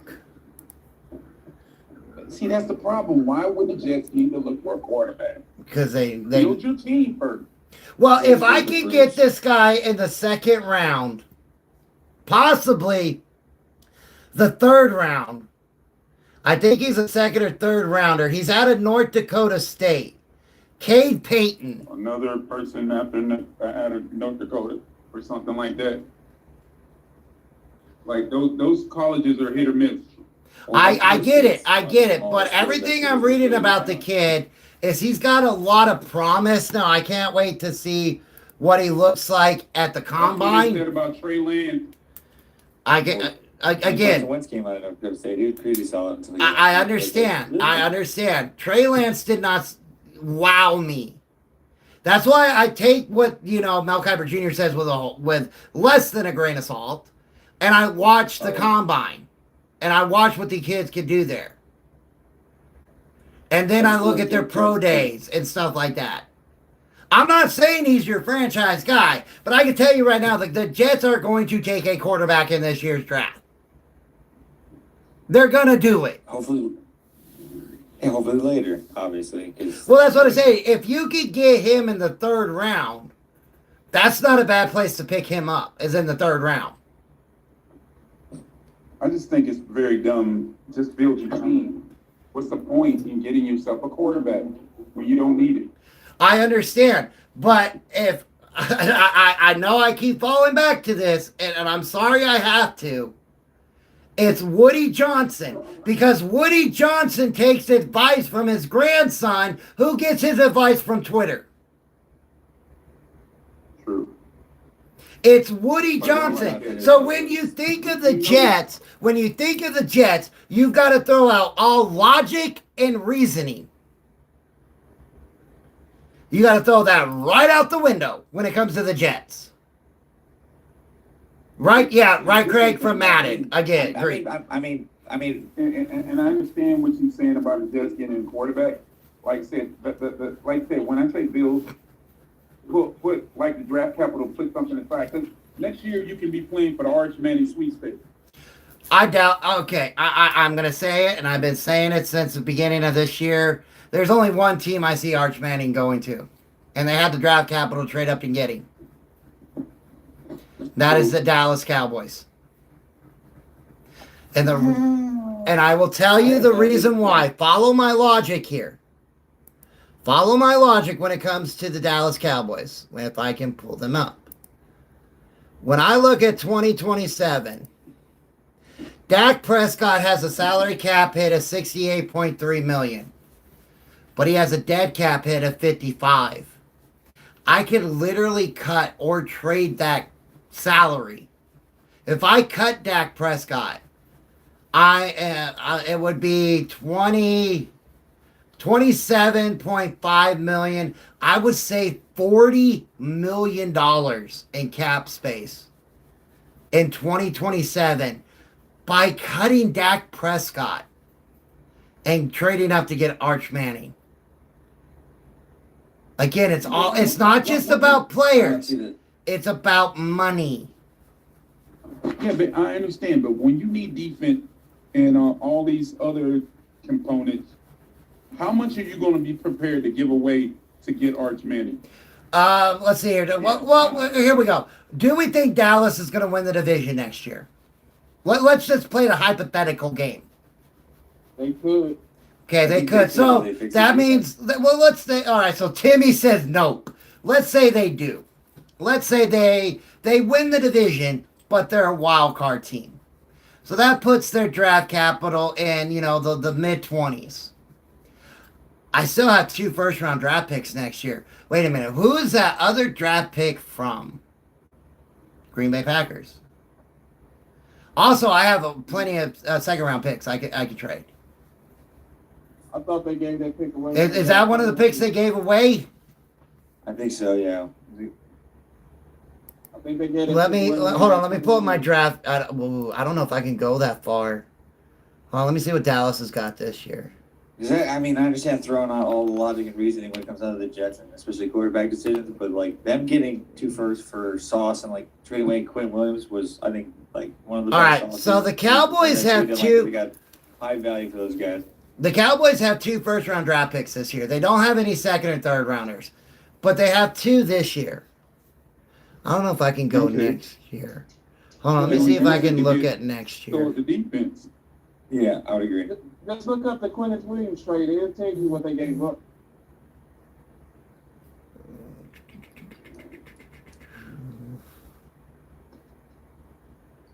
So they have 1, 2, 3, 4, 5. I think they got. 6, 7. They got the. I'm not seeing it with Jets Arch got a Manning. first this year, but then like a second next year from Dallas. What will the Colts do? Eventually, I think they're trading him. Are y'all seeing Arch Manning as the first quarterback off the board next year? Yes. Be the first quarterback. Arch Manning is going to be the first quarterback off the board next year. I don't see it. I think that's a mistake. What quarterback do you see in college that's going to outshine Arch Manning? Trinidad Chambers? Nope. I mean, it could be the cat from Oregon. There could be plenty of motherfuckers. Right. I just feel like I want to see. I just feel like this past year was just okay, and like the fact that he just had that Manning name, but I just feel like if Texas gets to the playoffs, Arch Manning will be the number 1 quarterback coming out. Yep. Regardless. You don't think Trinidad better than Arch Manning? If Texas gets to the playoffs, Arch Manning will be the number 1 quarterback coming out. But who do you think is better? It's not okay. Here's the problem we have. Okay. You're not hearing me. Who has the better last name? I understand that. The last name's going to bring in the money and all that. But I think Exactly. I understand that point of the game. But I'm talking about on the field. Who is the better quarterback? Did the Browns care about who the better quarterback was with Shedeur Sanders? The kid from Oregon played better last year. We don't know what's going to happen going into this year. But we know the SEC is supposed to be a dogfight. Yep. And if Texas can make it to the playoffs, that says a lot to a lot of people. And of course, you're going to have the media hype. You're going to have Mel Kiper hype. And you're going to have the Jerry Jones hype. It's going to happen. I'm not saying it's warranted. I'm just saying I see Arch Manning as the starting quarterback for the Dallas Cowboys going into 2027. That'd be one hell of a trade up. I've seen Dallas do something like that. I'm a little bit different. I understand the Dallas Cowboys, but with the Jets, you do have all the fan fade. Archie Manning. That he had. Okay. He had when that Eli had in Archie Manning is not going to let his grandson go play for the Jets. I can tell you that right now. He is not going to allow him to do it. He let his son go play for New York. He let his son go play for the Giants, not the Jets. 2 totally different owners. What I'm applying is if Arch Manning was able to go to the Jets and resurface the Jets and make them a great team again, then his legacy is sealed. But I understand that. But Archie Manning is not going to allow his grandson to go to the Jets. It's not going to happen. It's not. It's the same way how he did not allow Eli to go to the Chargers. Yo, the Chargers is because the press in San Diego was weak compared to the press in New York. That is not the reason why. It had something to do with Schottenheimer and other things with that organization. Archie Manning, former New Orleans Saints quarterback, is going to decide where his grandson goes. I can tell you that right now. It's the same thing with what Jack Elway did with John Elway. That is correct. I remember Jack Elway with John Elway. If people think it doesn't happen, it happens. Nobody wanted to play for Baltimore. But I mean, didn't Elway have like that, like what do you call it, that get out of jail free card? Obviously because of Jack, but also the same factor. Like he could have easily been like recruited into baseball. He already signed a futures. He already signed a futures contract with the New York Yankees. So he pulled that move where it's like, I'm not going to go to the fucking, what was it? The But Colts? to the Baltimore Colts. But this is different. This is a little different. Because you're dealing with the Mannings. So Archie doesn't need that futures contract with anybody. Yeah. Archie Manning can step in and go, he's not playing for the Jets. It's not going to happen. I do not see Arch Manning playing for the Jets, the Broncos, the Colts, the Giants, or the Saints. Number one, Archie Manning is not going to want his grandson to go to any team that his boys play for or he played for because he's not going to want the comparison. Oh, well, your uncle did this or your grandfather did this for us. And he's not going to let his son go to a dysfunctional or his grandson go to a dysfunctional organization like the Jets. It's not going to happen. The Cowboys are a functional organization. Do what? The Cowboys are a functional organization. They're sad to say they're better than the Jets. I mean, they are better than the Jets. They're better than the Jets, but Jerry Jones is the reason why Dallas Cowboys are the Dallas Cowboys now. And we know that. I just don't see him trading up for a guy like. I'm talking about Jerry. The deal with Jerry is you never know. And on top of that, there's already been talks between Archie Manning and Jerry Jones. Archie Manning was asked in an interview, where do you want your grandson to go play? Without missing a beat, the Dallas Cowboys. He can say that all he wants, bro. Like, remember when, what was it? Wasn't I mean, it if something on Twitter, happens Deion, like, my son's not going to go play he regardless might call of position like the Browns and blah, blah, and like, look what happened with that. With who? With Deion, like, back in the, I think. Yeah, but Deion does not have the clout that Archie Manning has. I knew you guys were going to bring him up. Deion does not have the clout that Archie and the Mannings have. He just doesn't. He just doesn't. He does not have the clout and the power that the Mannings have. Doesn't have the skin color either. I wasn't going that way, Ray.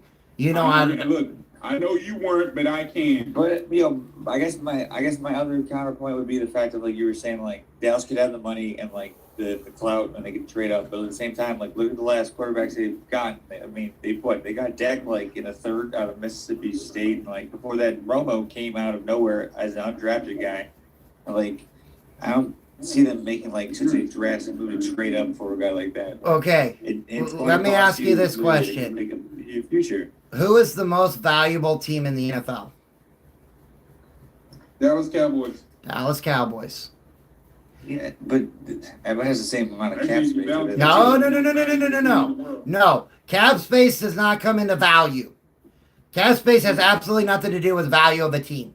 Cap space goes off of what the league makes. The value of the team is everything. The Dallas Cowboys are the most if you wanted to buy the Dallas Cowboys right now, it would cost you around $13 billion. Probably close to 20 billion. But they haven't won since the 90s. It doesn't matter. It doesn't matter. Bro. Because you got to look at it. You got to buy the stadium. You buying a practice facilities. You buying a logo. None of that. I agree with you, Wesley. I agree with you 100%. They haven't won a Super Bowl since I was 11 years old. 11 years old. I was 11, and I'll never forget that game because the Dallas Cowboys played my dad's Pittsburgh Steelers, and the prank we played on my dad before that Super Bowl happened, and I really thought he was going to disown all of us. Back in that day, you could turn the TV to where none of the signal would come in. And we pranked my dad because he wanted to go to the bathroom before the game started. And my mom came up with this idea. She told my brother and I, like, you guys want to prank Dad? Yeah. And what we did was we turned the TV where the cable signal didn't come in, and all you got was fuzz on every single channel. And my dad came out of the bathroom and we're like, we lost the Super Bowl. We lost the Super Bowl. He's scrambling, looking for the phone book to call the cable company. He's stolen things left and right. I'm dying laughing. My brother's dying laughing. My mom's dying laughing. My dad's like, what's wrong? And my mom hit a button and there was the game. Oh, I thought my dad was going to disown us. Yeah, that's how long it is since the Dallas Cowboys won the Super Bowl. Most people remember Troy Aikman as an analyst. My night's doing all right, Matthew. Thank you for asking. I find out more next month if I finally get to take this thing off permanently. Hey, Armchair, how mad was your dad that day? With the prank or the whole game? The prank. Oh, I'm dead serious. I thought my dad was going to disown us. I thought my dad was going to disown us. Your dad's a big Cowboys fan? No, my dad's a Steeler fan. Steelers. My dad is a diehard Steeler fan from the 60s. It's kind of funny how you have two former quarterbacks at the Cowboys that are like two of the main broadcasters nowadays. And I still can't stand Tony Romo to this day. Tony Romo, I cannot stand watching any game that Tony Romo commentates on. Armchair, you know that Super Bowl with Neil O'Donnell. That is the only Super Bowl I will ever say was fixed. Neil O'Donnell threw that game. Neil O'Donnell threw that game. I know. The funny part is like when Dan Patrick made fun of him. He's like, Neil O'Donnell's going to get up there after a sack, rip off his Mission Impossible man to prove once and for all he's actually Bubby Brister. Yep. Oh, like you're saying, like the end of every Scooby-Doo episode. Yep, pretty much. That is the only game that I can legitimately say in the Super Bowl that a quarterback threw. Because there's no way you could tell me 2 out of 3 of Neil O'Donnell's interceptions were not thrown perfectly to Deion Sanders. My dad to this day still does not like talking about that Super Bowl. Some people say Cam Newton threw the Super Bowl. You could say he did. You really could, because he took a business decision over a team decision going for that fumble at the end of the game. Yep, he sure did. He made a business. He made a business decision over a team decision. Team decision.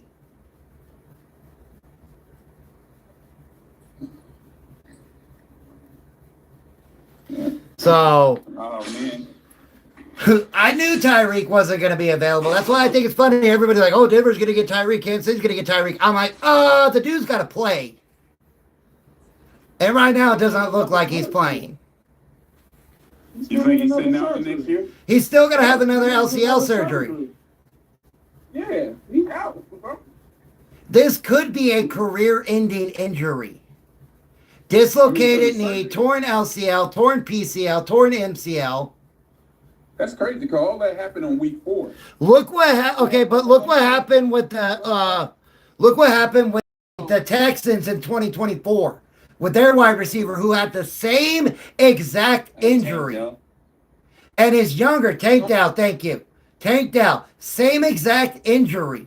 And is younger than Tyreek. He did not play at all in 2025. Yeah, and they said a doctor came on and said Tyreek Hill, who would not be able to run, his speed would never be the same. I mean, we won't know until we see it. At the same time, like Tyreek's known obviously for his speed, so it's like if you have an injury like that, will he? That will 100% affect his speed. Yeah, he said he would never be the same player.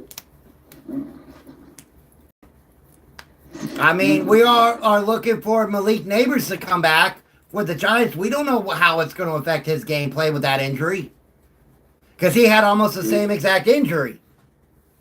No, I don't think it was the same. No, I said almost. Almost. So on a question like this, like with Malik Neighbors being iffy or anything like that, when it comes to free agency on these receivers, what is a better fit for somebody like Evans, Mike Evans, to go to New York or to go to Buffalo? Buffalo. Now if we're talking about X's and O's on the field with Josh Allen, Buffalo. But if we're talking about front office, I'm staying away from Buffalo. I'm staying away from Buffalo because they can't figure out anything in that front office. That press conference was a complete disaster and a dagger to every Buffalo Bills fans. That thing absolutely ruined them. I feel like Evans is going to stay, and if anyone is going to take like a veteran, like big contract, like team-friendly deals, Can I say something? The only reason it might If I'm Josh Allen, I hate to say it, I'm getting up out of Buffalo. Nah. That's cool. Josh Allen ain't going anywhere. Josh Allen just signed a 6-year, $330 million, $250 guaranteed deal. Allen's going nowhere. Allen's going absolutely nowhere. Ring anytime soon. He's got his money. He ain't going anywhere. And that's what the problem is with Baltimore right now with Lamar. Lamar wants Josh Allen money. He doesn't want to take a pay cut this year or turn his pay into bonus. He wants a full extension. He wants Allen money. It's amazing how Lamar always wants somebody else's contract. Because Lamar wanted old boy in Cleveland's contract. Yep, he wanted Watson contract money. To sit out a whole season. I mean, that was just like based on the timing because I think everyone would want fucking bad contract because the fact that it was so much money at the time and also fully guaranteed. $245 guaranteed. So that's why you wanted that shit. I think every quarterback would love that fucking contract, even Patrick Mahomes, like because the fact that the Browns are so stupid that they gave him like all cheap money, like there was no insurance They policy. gave Deshaun Watson Pat Mahomes money, and he's not even. Yeah. Well, I mean, for the record, they thought that Deshaun Watson was gonna beat Deshaun Watson, which I knew he wasn't. Well, I mean, nothing really physically happened to him that bad. It was just the time out of the league. Yeah. It was the time out of the league. When you're not playing, when okay, it's like what's his name from San Francisco? Kaepernick, who wants to come back in the league. He hasn't played in 9 years? Not being on the field and playing full contact football for 9 years affects the way you play. It was the same thing with Deshaun. Not being on the field for 2 years playing full contact football does affect you.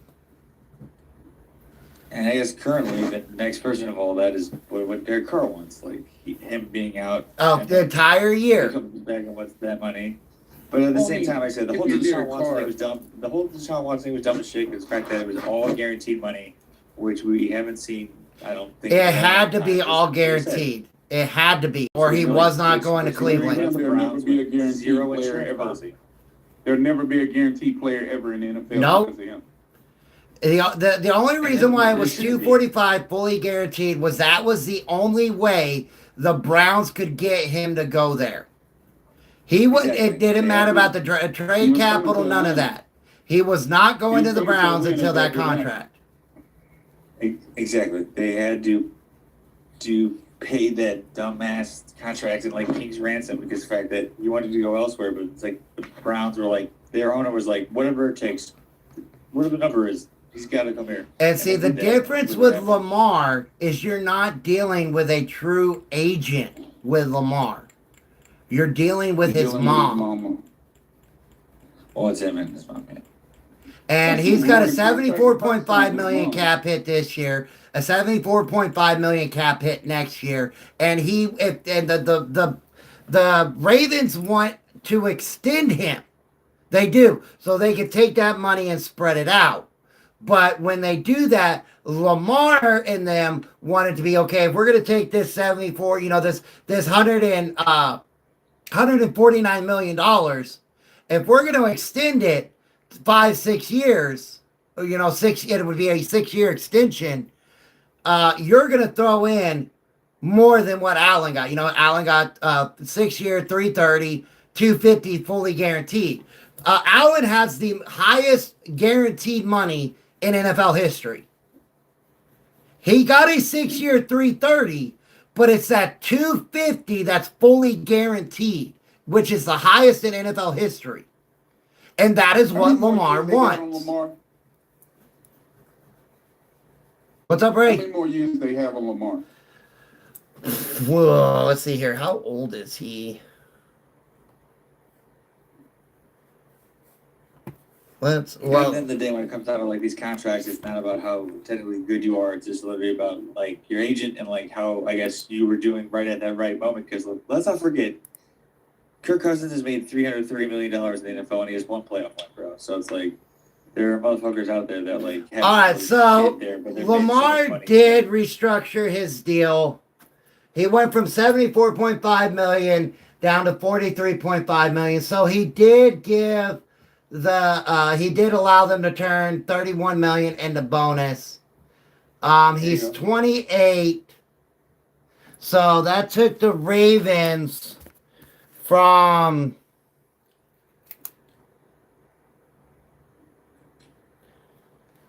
He made some move. Oh wait, I'm sorry, wrong year.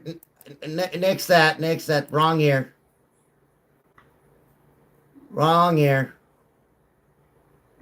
Mm-hmm. Nope, he's still at the 74.5 million. He has not done anything with his contract. That was last year, not this year. I apologize. I was saying, how many more years they got on his Well, contract? 2 years. This year and next, 26 and 27.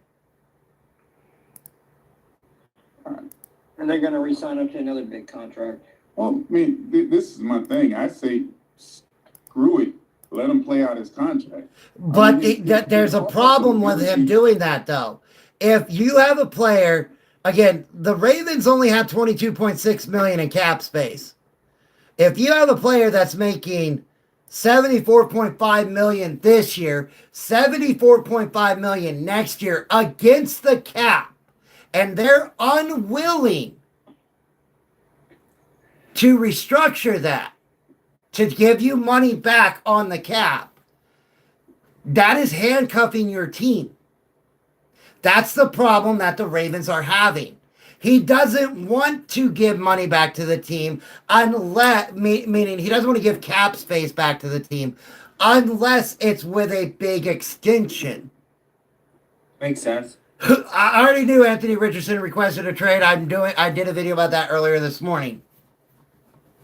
But I feel like quarterbacks only give like restructure their deals or whatever for the next contract like that are team friendly or back to like open up more money and resources elsewhere when they win a Super Bowl. Until then, they're gonna get their bag no matter what. I feel like. But here's my problem though. If I have 22 million on my cap and my quarterback wants to win a Super Bowl, and if I'm that quarterback and I want to win a Super Bowl, I've got to do what I can with my contract to get the players in there to win me a Super Bowl. Who did that? Tom Brady. After he won one, yeah. Well, a lot of it was predicated that the fact that his wife makes $1 gazillion. Well, it's like I said, after the fact that he won a Super Bowl, then it's easier to be like more friendly to the team and the organization. I'm not. I don't. We're not, it's not that way anymore, though, Wesley. You can't say that because did Josh Allen win a Super Bowl? Nope, but they took care of it early, right? No, they just did it last year. Well, but it was before it was actually up, so they took care of it early for hopefully to save some money on it. Where like we saw what Jerry Jones did with even Dak, like he waited to the last minute and like he paid him like as one of the highest paid quarterbacks. He hasn't won one. Like he didn't take a team friendly deal, right? Like no, he didn't. He did not take a team friendly deal at all. Now he did front load his money instead of back loading it. Allen backloaded his money over front loading it, but you still got that 250 guaranteed for Allen. But he hasn't won a Super Bowl. Has Burrow won a Super Bowl? Has T. Higgins won a Super Bowl? Has anybody? No, they haven't. But they're still getting their money. Yeah, but getting to the Super Bowl helps, and that's something Josh Allen's never done. Some Lamar's never done. Something Dak's never done. I agree. Bro, I'm right there with you. I totally agree with the logic. But like I said, up until with a lot of these players, until they win, then they'll make that team friendly deal. And especially if that organization is like ran well, there's a lot of like what do you call it, clear leadership like into the future. But a lot of these guys will just take the money no matter what. Like I mean, get as much money as you can on your first contract. I don't care who you is. On your second contract, your first contract is the rookie. No, well, you know what I mean. On your first free agency contract, where they can negotiate with you. You know what I'm saying? Ronnie, it's not really a team-friendly deal. It's more that they're taking the money and spreading it out and allowing them to have breathing room to bring in players to help them win a Super Bowl. If my quarterback is not going to help me with his 70, and again, they're the one that did the deal, right? The Ravens are just as guilty here because they're the ones that signed the deal as well. But I feel that they signed the deal with the hopes that Lamar would come back to the table with them and go, okay, now that we backloaded it, right? That was probably in the talks when they did this deal, that this first deal that he did, that when it came time to, when that money's coming in the back end, we're going to want to extend you, give you a raise, but extend you, which every quarterback wants, right? When you get close to the end of that deal, you want to get an extension with a raise. Yeah, but Armchair, they had to see this coming, considering that how much trouble they had the last time. Contract was the mom, so they Lamar and them are so concerned about that 10%. It's not being funny, so they're very, very cheap about their money. And you really, I don't think you can. I don't think that's what it is, right? I think he wants to hit free agency. I just think he don't want to sign an extension. Well, he won't be able to free agency for 2 years. Yeah, after 2 years, that's what I'm saying. Now, hold on. Now, I've heard about trade rumors with him. But this trade rumors. I will say this: I do get Armchair's logic because the fact of like what's going on right now is like coming into the next season, they did not extend Linderbaum, their center, who's one of the best in the league, and he's probably going to walk and look for bigger money elsewhere. Where shit, bro, like what we saw this past year, him getting Lamar getting hit and injured. It's like, bro, if we're seeing nowadays, you gotta protect your fucking investment, and like a guy like Linderbaum, I'd be like paying him all day long. With him being like the best. Yes, Ronnie. They want to do that. They want to do what the Chiefs just did with Patrick Mahomes, but the player has to agree to it. And right now, he's not agreeing. The team wants to give him what the Chiefs just did with Patrick Mahomes, but if the player doesn't agree, the team has no choice. That they can't do it. The team cannot go, we're doing this, and you have no say in it. No, the player has to agree in order to do it. And what I'm hearing is he doesn't want to. because he's holding out for the Allen money. He's not being flexible with this squad. Right. And I even if you cut Lamar, which I seriously doubt you would do, but if you did, you would save 31 million this year and 31 million next year. No way worth it. I would still hang on to him no matter what. I'm just saying, if this comes to it, right, you could cut him and save money. Yeah. You absolutely can cut him and save 31 this year and 31 next year. And actually, it wouldn't be that big of a dead cap because the Broncos did 89 million with Russell Wilson. This is only 86 million, so don't tell me it can't be done. The Miami Dolphins are about to take a $99 million dead cap hit when they cut Tua. Teams will do it.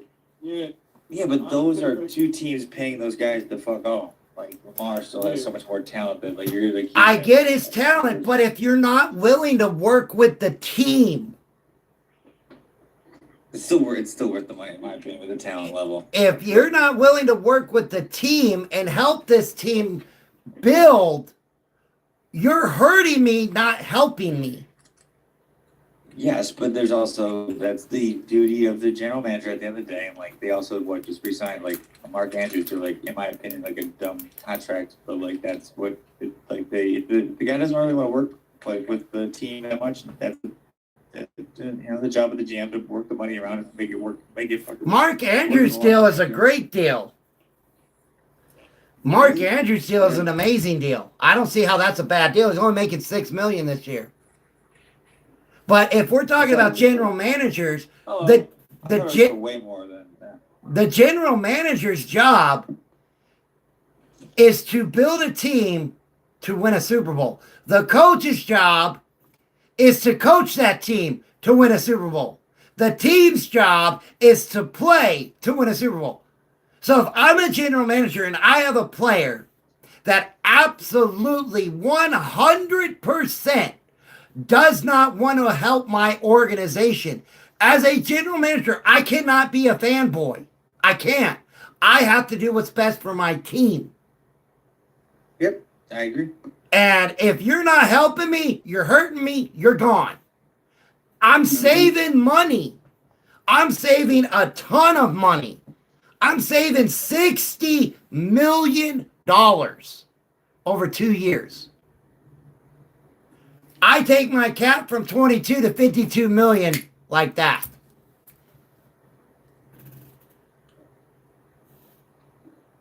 So, yeah, it might piss off the fan base, but I got to do what's best for my organization. I got to do what's best to build this team. Because I can tell you this right now. Say this were to happen, right? We're going to play the what-if game. The Ravens cut Lamar. Is the fan base going to be pissed? Yep. Say the Ravens win a Super Bowl in 3 years. Are they going to care then? Nope. Nope. Nope, but that's the giant shoulda, woulda, what if, yeah, crystal ball argument. But like, I think it'll be a lot harder with Lamar. Without Lamar, I mean. But you don't know that. You don't know that because there could be a quarterback I could get in next year's draft that's better than Lamar, that has a better throwing motion than Lamar, that knows how to set his hips, knows how to protect himself, and can lead my team up and down the field. We don't. That's why it's called the what-if game. Yeah. You could say, hey, we could get better or we could get worse. It's the what-if game. But as a general manager, I have to play that game. That's the game that I took on when I became the general manager. It is my job to put a team on the field to win a Super Bowl. Yeah. And has Lamar done anything in his entire career that's won me a Super Bowl? Nope. Now, if Lamar was a two-time Super Bowl champ, different conversation. Completely different conversation. But what happens every time the Ravens get to the playoffs? Are we going to get playoff Lamar or are we going to get regular season Lamar? Look what happened at the end of last year with the Steelers. All they had to do was win that game, and they're in the playoffs.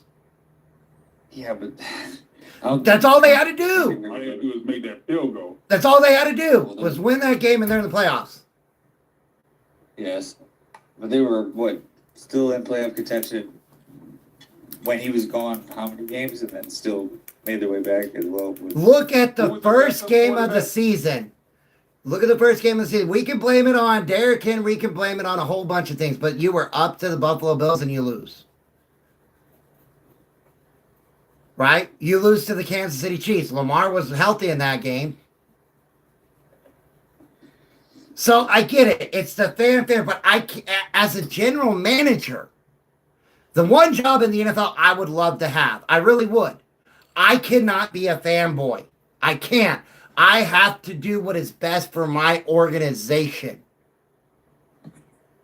And what my organization's goal is every single year is that in the middle of February, I'm standing on a podium holding the Lombardi Trophy.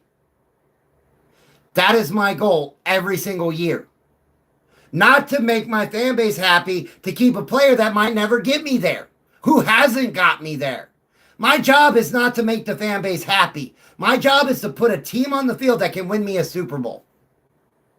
And right now, that team that's on the field has not won me a Super Bowl. Lamar is 29 years old. 29.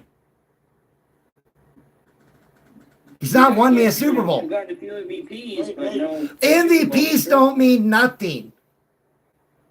They do. They got They big- mean they got- something. They got bigger problems than Lamar Jackson. They got to rebuild that whole defense on But how am I going to rebuild my defense if my quarterback, who's got $74.5 million, doesn't want to restructure? Well, we'll see what happens by March 11th. How can I rebuild my team if I have a player? How am I going to rebuild my team if I have a player that will not help me rebuild my team to win him a Super Bowl? Does Patrick Mahomes help the Chiefs win Super Bowls? Yep. I mean, Dak is doing everything he can to help them by restructuring his deal to try to bring in the players and win a Super Bowl. Well, I mean, I don't know how much he restructured his deal, but when he got that last contract that was re-upped, he became the highest paid quarterback in the league, and he is that. Right, CJ, that is what the draft is for. But I have to have the money to sign those players. Going into every league year, you want $50 million in cap space for draft players and free agents. I've got to have the money to sign the players I drafted.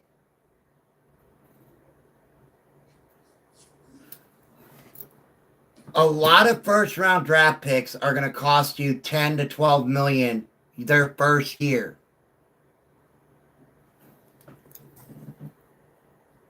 Guys, I've broken down how this works. I understand. You're a huge fan of Lamar. I get that. I do. But I'm not talking as a fan here. I'm talking as somebody who is thinking like a general manager. Again, a general manager cannot be a fanboy. He can't. I'm just saying, like, we still kind of early. Like, it's not another year March 11th. We still don't know what they're going to do. We don't know what tops they have behind the scenes right now. We don't know. We just don't know. My job, I have one job as a general manager. One, that is to build a team that my coach can coach to win a Super Bowl. That is my job as a general manager. That's why I'm getting paid millions upon millions upon millions of dollars a year to do. Well, half the job is talent and evaluation. The other half of the job is literally the contract negotiations with every single player, from your quarterback all the way down to your kicker. You have to manage the money, and then you have to evaluate the talent. And if my talent, what has Lamar done that has wowed anybody in the last couple years? Anything? It doesn't matter about that. There's Yeah, plenty of other yes, players it that- does. It does, man. No, It no, does. no, I'm saying though, there's been plenty of other Yes, players they that have can made trade him. a lot There has higher been of their talks value about than him being a lot of traded. shit. He's won an Same MVP. Aaron Rodgers has won MVPs. Yeah. MVP. Josh Allen won an MVP. Does that MVP account for a Super Bowl? DEI MVP, but yeah, sure. Josh Allen did win MVP. Did that MVP equate to the Buffalo Bills standing on the podium, beating the Philadelphia Eagles, and holding up the Lombardi? Okay. So can I ask a question then? Because you just asked me what has Lamar done. You didn't ask me what the Ravens have done. Lamar himself has won an MVP. Okay. He has a unanimous MVP. That means nobody else voted for anyone. They voted for Lamar and Lamar only. And what does Lamar MVP Jackson is stand one of the for? most dynamic players in the NFL. When did Lamar win that? 2 years ago. 2 years ago. Lamar won his MVP. His last MVP was 3 years ago. 3 years ago. Okay, cool. Was it 3 years ago? Cool. All right, so he won it 3 years ago. Last year was Josh Allen. The year before that. No. Last year was. Who the hell won it last year? This past year was Stafford. Last Thank year you, was Stafford, Stafford. Allen, then Lamar. Okay, I'm not including that the season And is already arguably over. Lamar not only won the MVP in 2023, but came right back and should have had the MVP in 2024. No, I So, think, I don't know. my opinion, that should have went to Saquon Barkley. Yeah, in theory, I can. I think it should have went to Saquon. But I'm speaking of it as it's a, we've all established MVP is a quarterback award nowadays. You Absolutely. have to break a record or do something that's never been done before to get the MVP as a skill position player. So if we're talking about MVP as it is a quarterback award, there are two quarterbacks that realistically deserve that MVP over Josh Allen. Joe Burrow. Who is 41-4? Who's 41-4? I'm assuming that can't be Allen because he had more than 4 picks. 2023.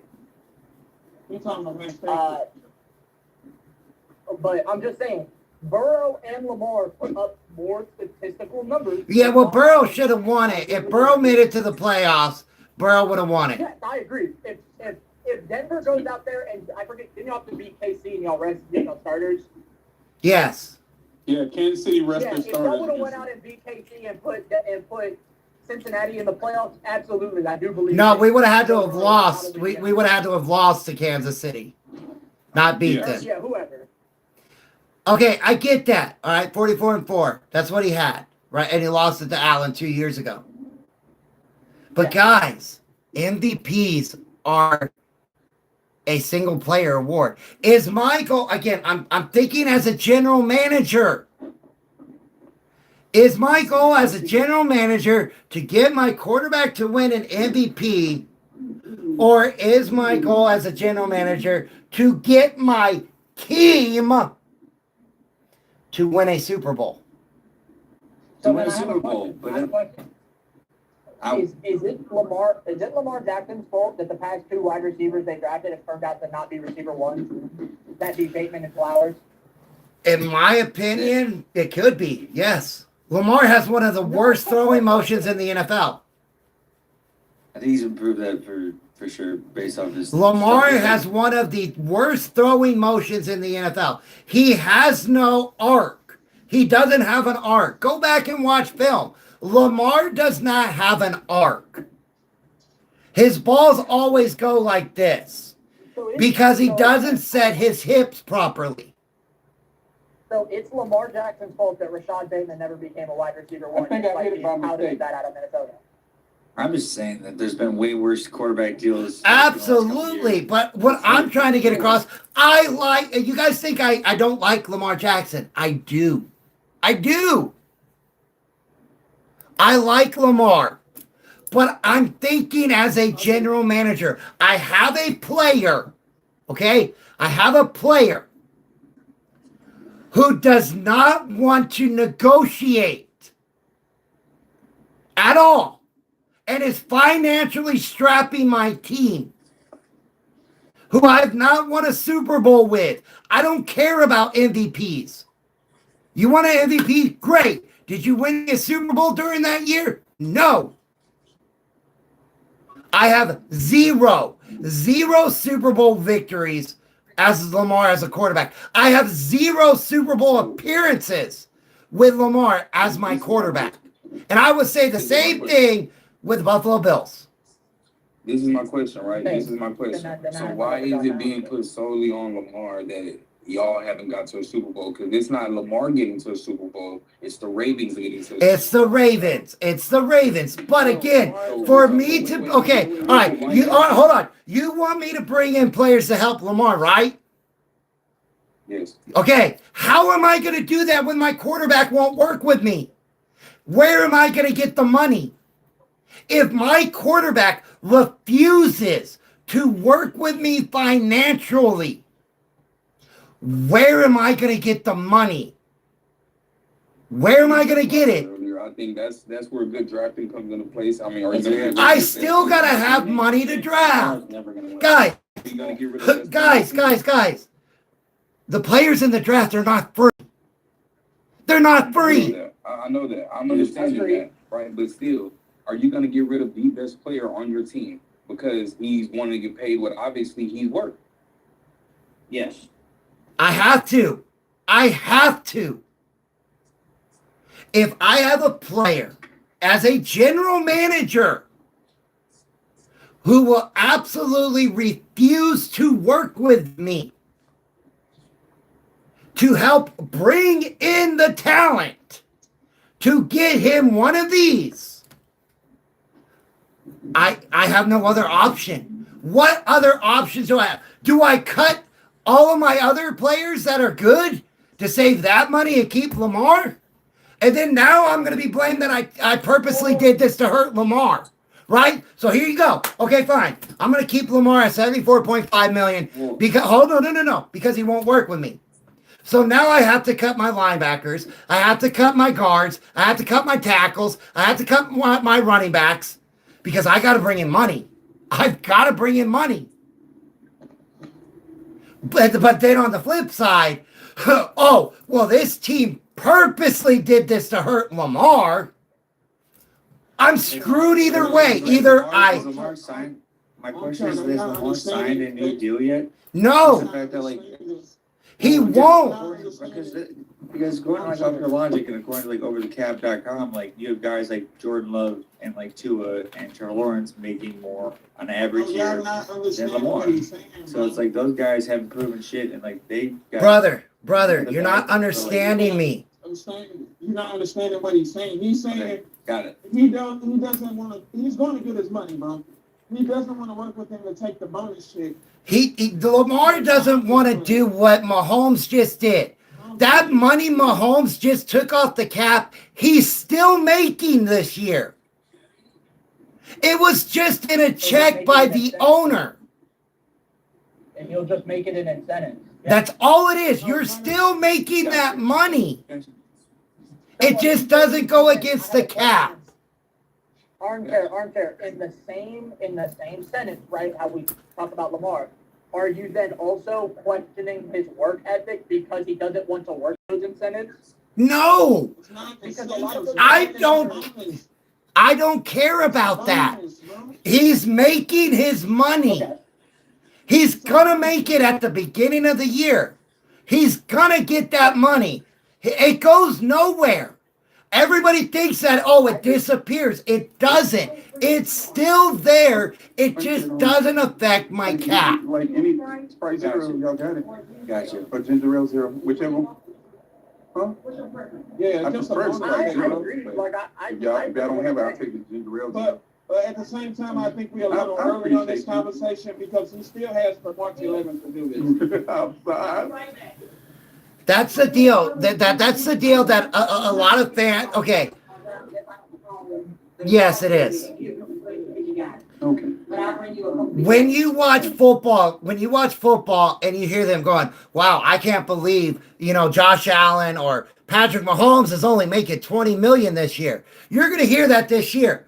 You're going to hear it because Patrick Mahomes went from 70 some odd million to 30 some odd million. I can't believe Patrick Mahomes is only making $30 million this year.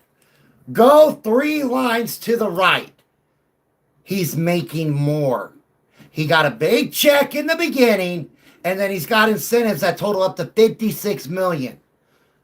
Patrick Mahomes is going to make around $100 million this year. It's just not all against the cap. That's all I'm saying is if my player who has not won me a Super Bowl and is financially strapping me because he will not work with me as a general manager to lower the cap hit, he's still making the money. He's still making it. But he won't help me lower it to bring in the players to win a ring. What am I to do? What am I to do? Then the question begs, who do you call first? If that's to the point where the Ravens are at, and you are the general manager. First thing I'm doing is I'm calling teams and telling him he's available for trade. That's the first call I'm making. Why am I going to call him? He's already not working with me, so there's nobody on his end to call. I pick up where you're laying down. I know I'm trying to, me and you've been going back and forth for a minute, but I pick up where you're laying down with the argument you've been making. I got you now. Took me a little bit. I'm a slow learner. I'm a late bloomer, but I got you. Yeah, I agree with what you're saying. I'm just saying, what team do you call first? What team? I'm calling the Cardinals. I'm calling the Raiders. I'm calling the Jets first. I am not calling the Jets because he has a no-trade clause. I didn't know that. He has a no-trade clause, so the Jets are out of it. I'm calling the Falcons. Falcons are a good one. I'm calling the Vikings. I have a question then. Again, assuming you're the general manager, if you call Atlanta in that trade package, are you asking for Penix back? No, I'm not. No, think about this way, right? Say I get to deal with the Raiders, right? Say the Raiders are interested, but because, by the way, there's an article by PFT that the Raiders are very interested in trading for Lamar. Guess what I get? I get the number 1 overall draft pick. That's true. That is very true. And guess what? Mendoza is only going to cost me about $10 million compared to $74 million.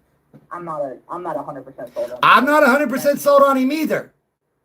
But I'm just saying, I get his contract off of my cap, and now I'm paying about $60 million less to a quarterback. Yeah. That gives me all this money to build a team. Agreed. I think, and then so the Arizona situation, are you just asking for their draft pick at 3, or are you asking for Kyler back in that deal? I'm asking for their number 3, Marvin Harrison Jr. Hey, I could get him. I'm asking for 2 number 1s, 2 number 2s, Marvin Harrison Jr. for you to take all of Lamar's cap. Because Arizona can cut Kyler and save a ton of money. They could trade Kyler, which there's already talks about them going to Minnesota. Guys, I'm not bringing anybody up because I'm almost done for the day. I just wanted to get this conversation over with. I appreciate you, brother. Anytime. That's what I'm here for. I have studied the ins and outs of this league for 30 years. Salary caps, general managers, everything for 30 years so that I can come on and try to give you all the best information I can. Who are you asking for from Atlanta? Just a question. They're running back. But they're not going to trade Bijan. You don't know that. For Kyler Murray, or not Kyler Murray, for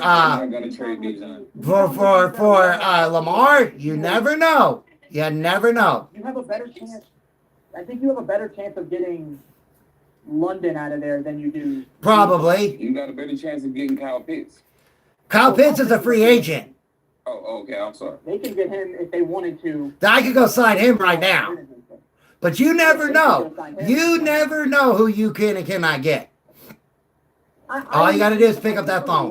In the situation, especially with Stefanski there now and his affinity for the run, I 100% think that Atlanta, unless the deal is so sweet for them to the point where it's a no-brainer, I think Bijan's an untouchable for them right now. I agree, but again, this is the NFL. It stands for not for long for a reason. We've seen untouchable players get traded before. Absolutely. You know, everybody's like, Micah's not going to get traded. He got traded. Everybody's saying Max Crosby's not going to get traded. He might get traded. Again, we all thought D-Hop was untouchable in Houston, and Exactly. they traded him for a bag of chips. Man.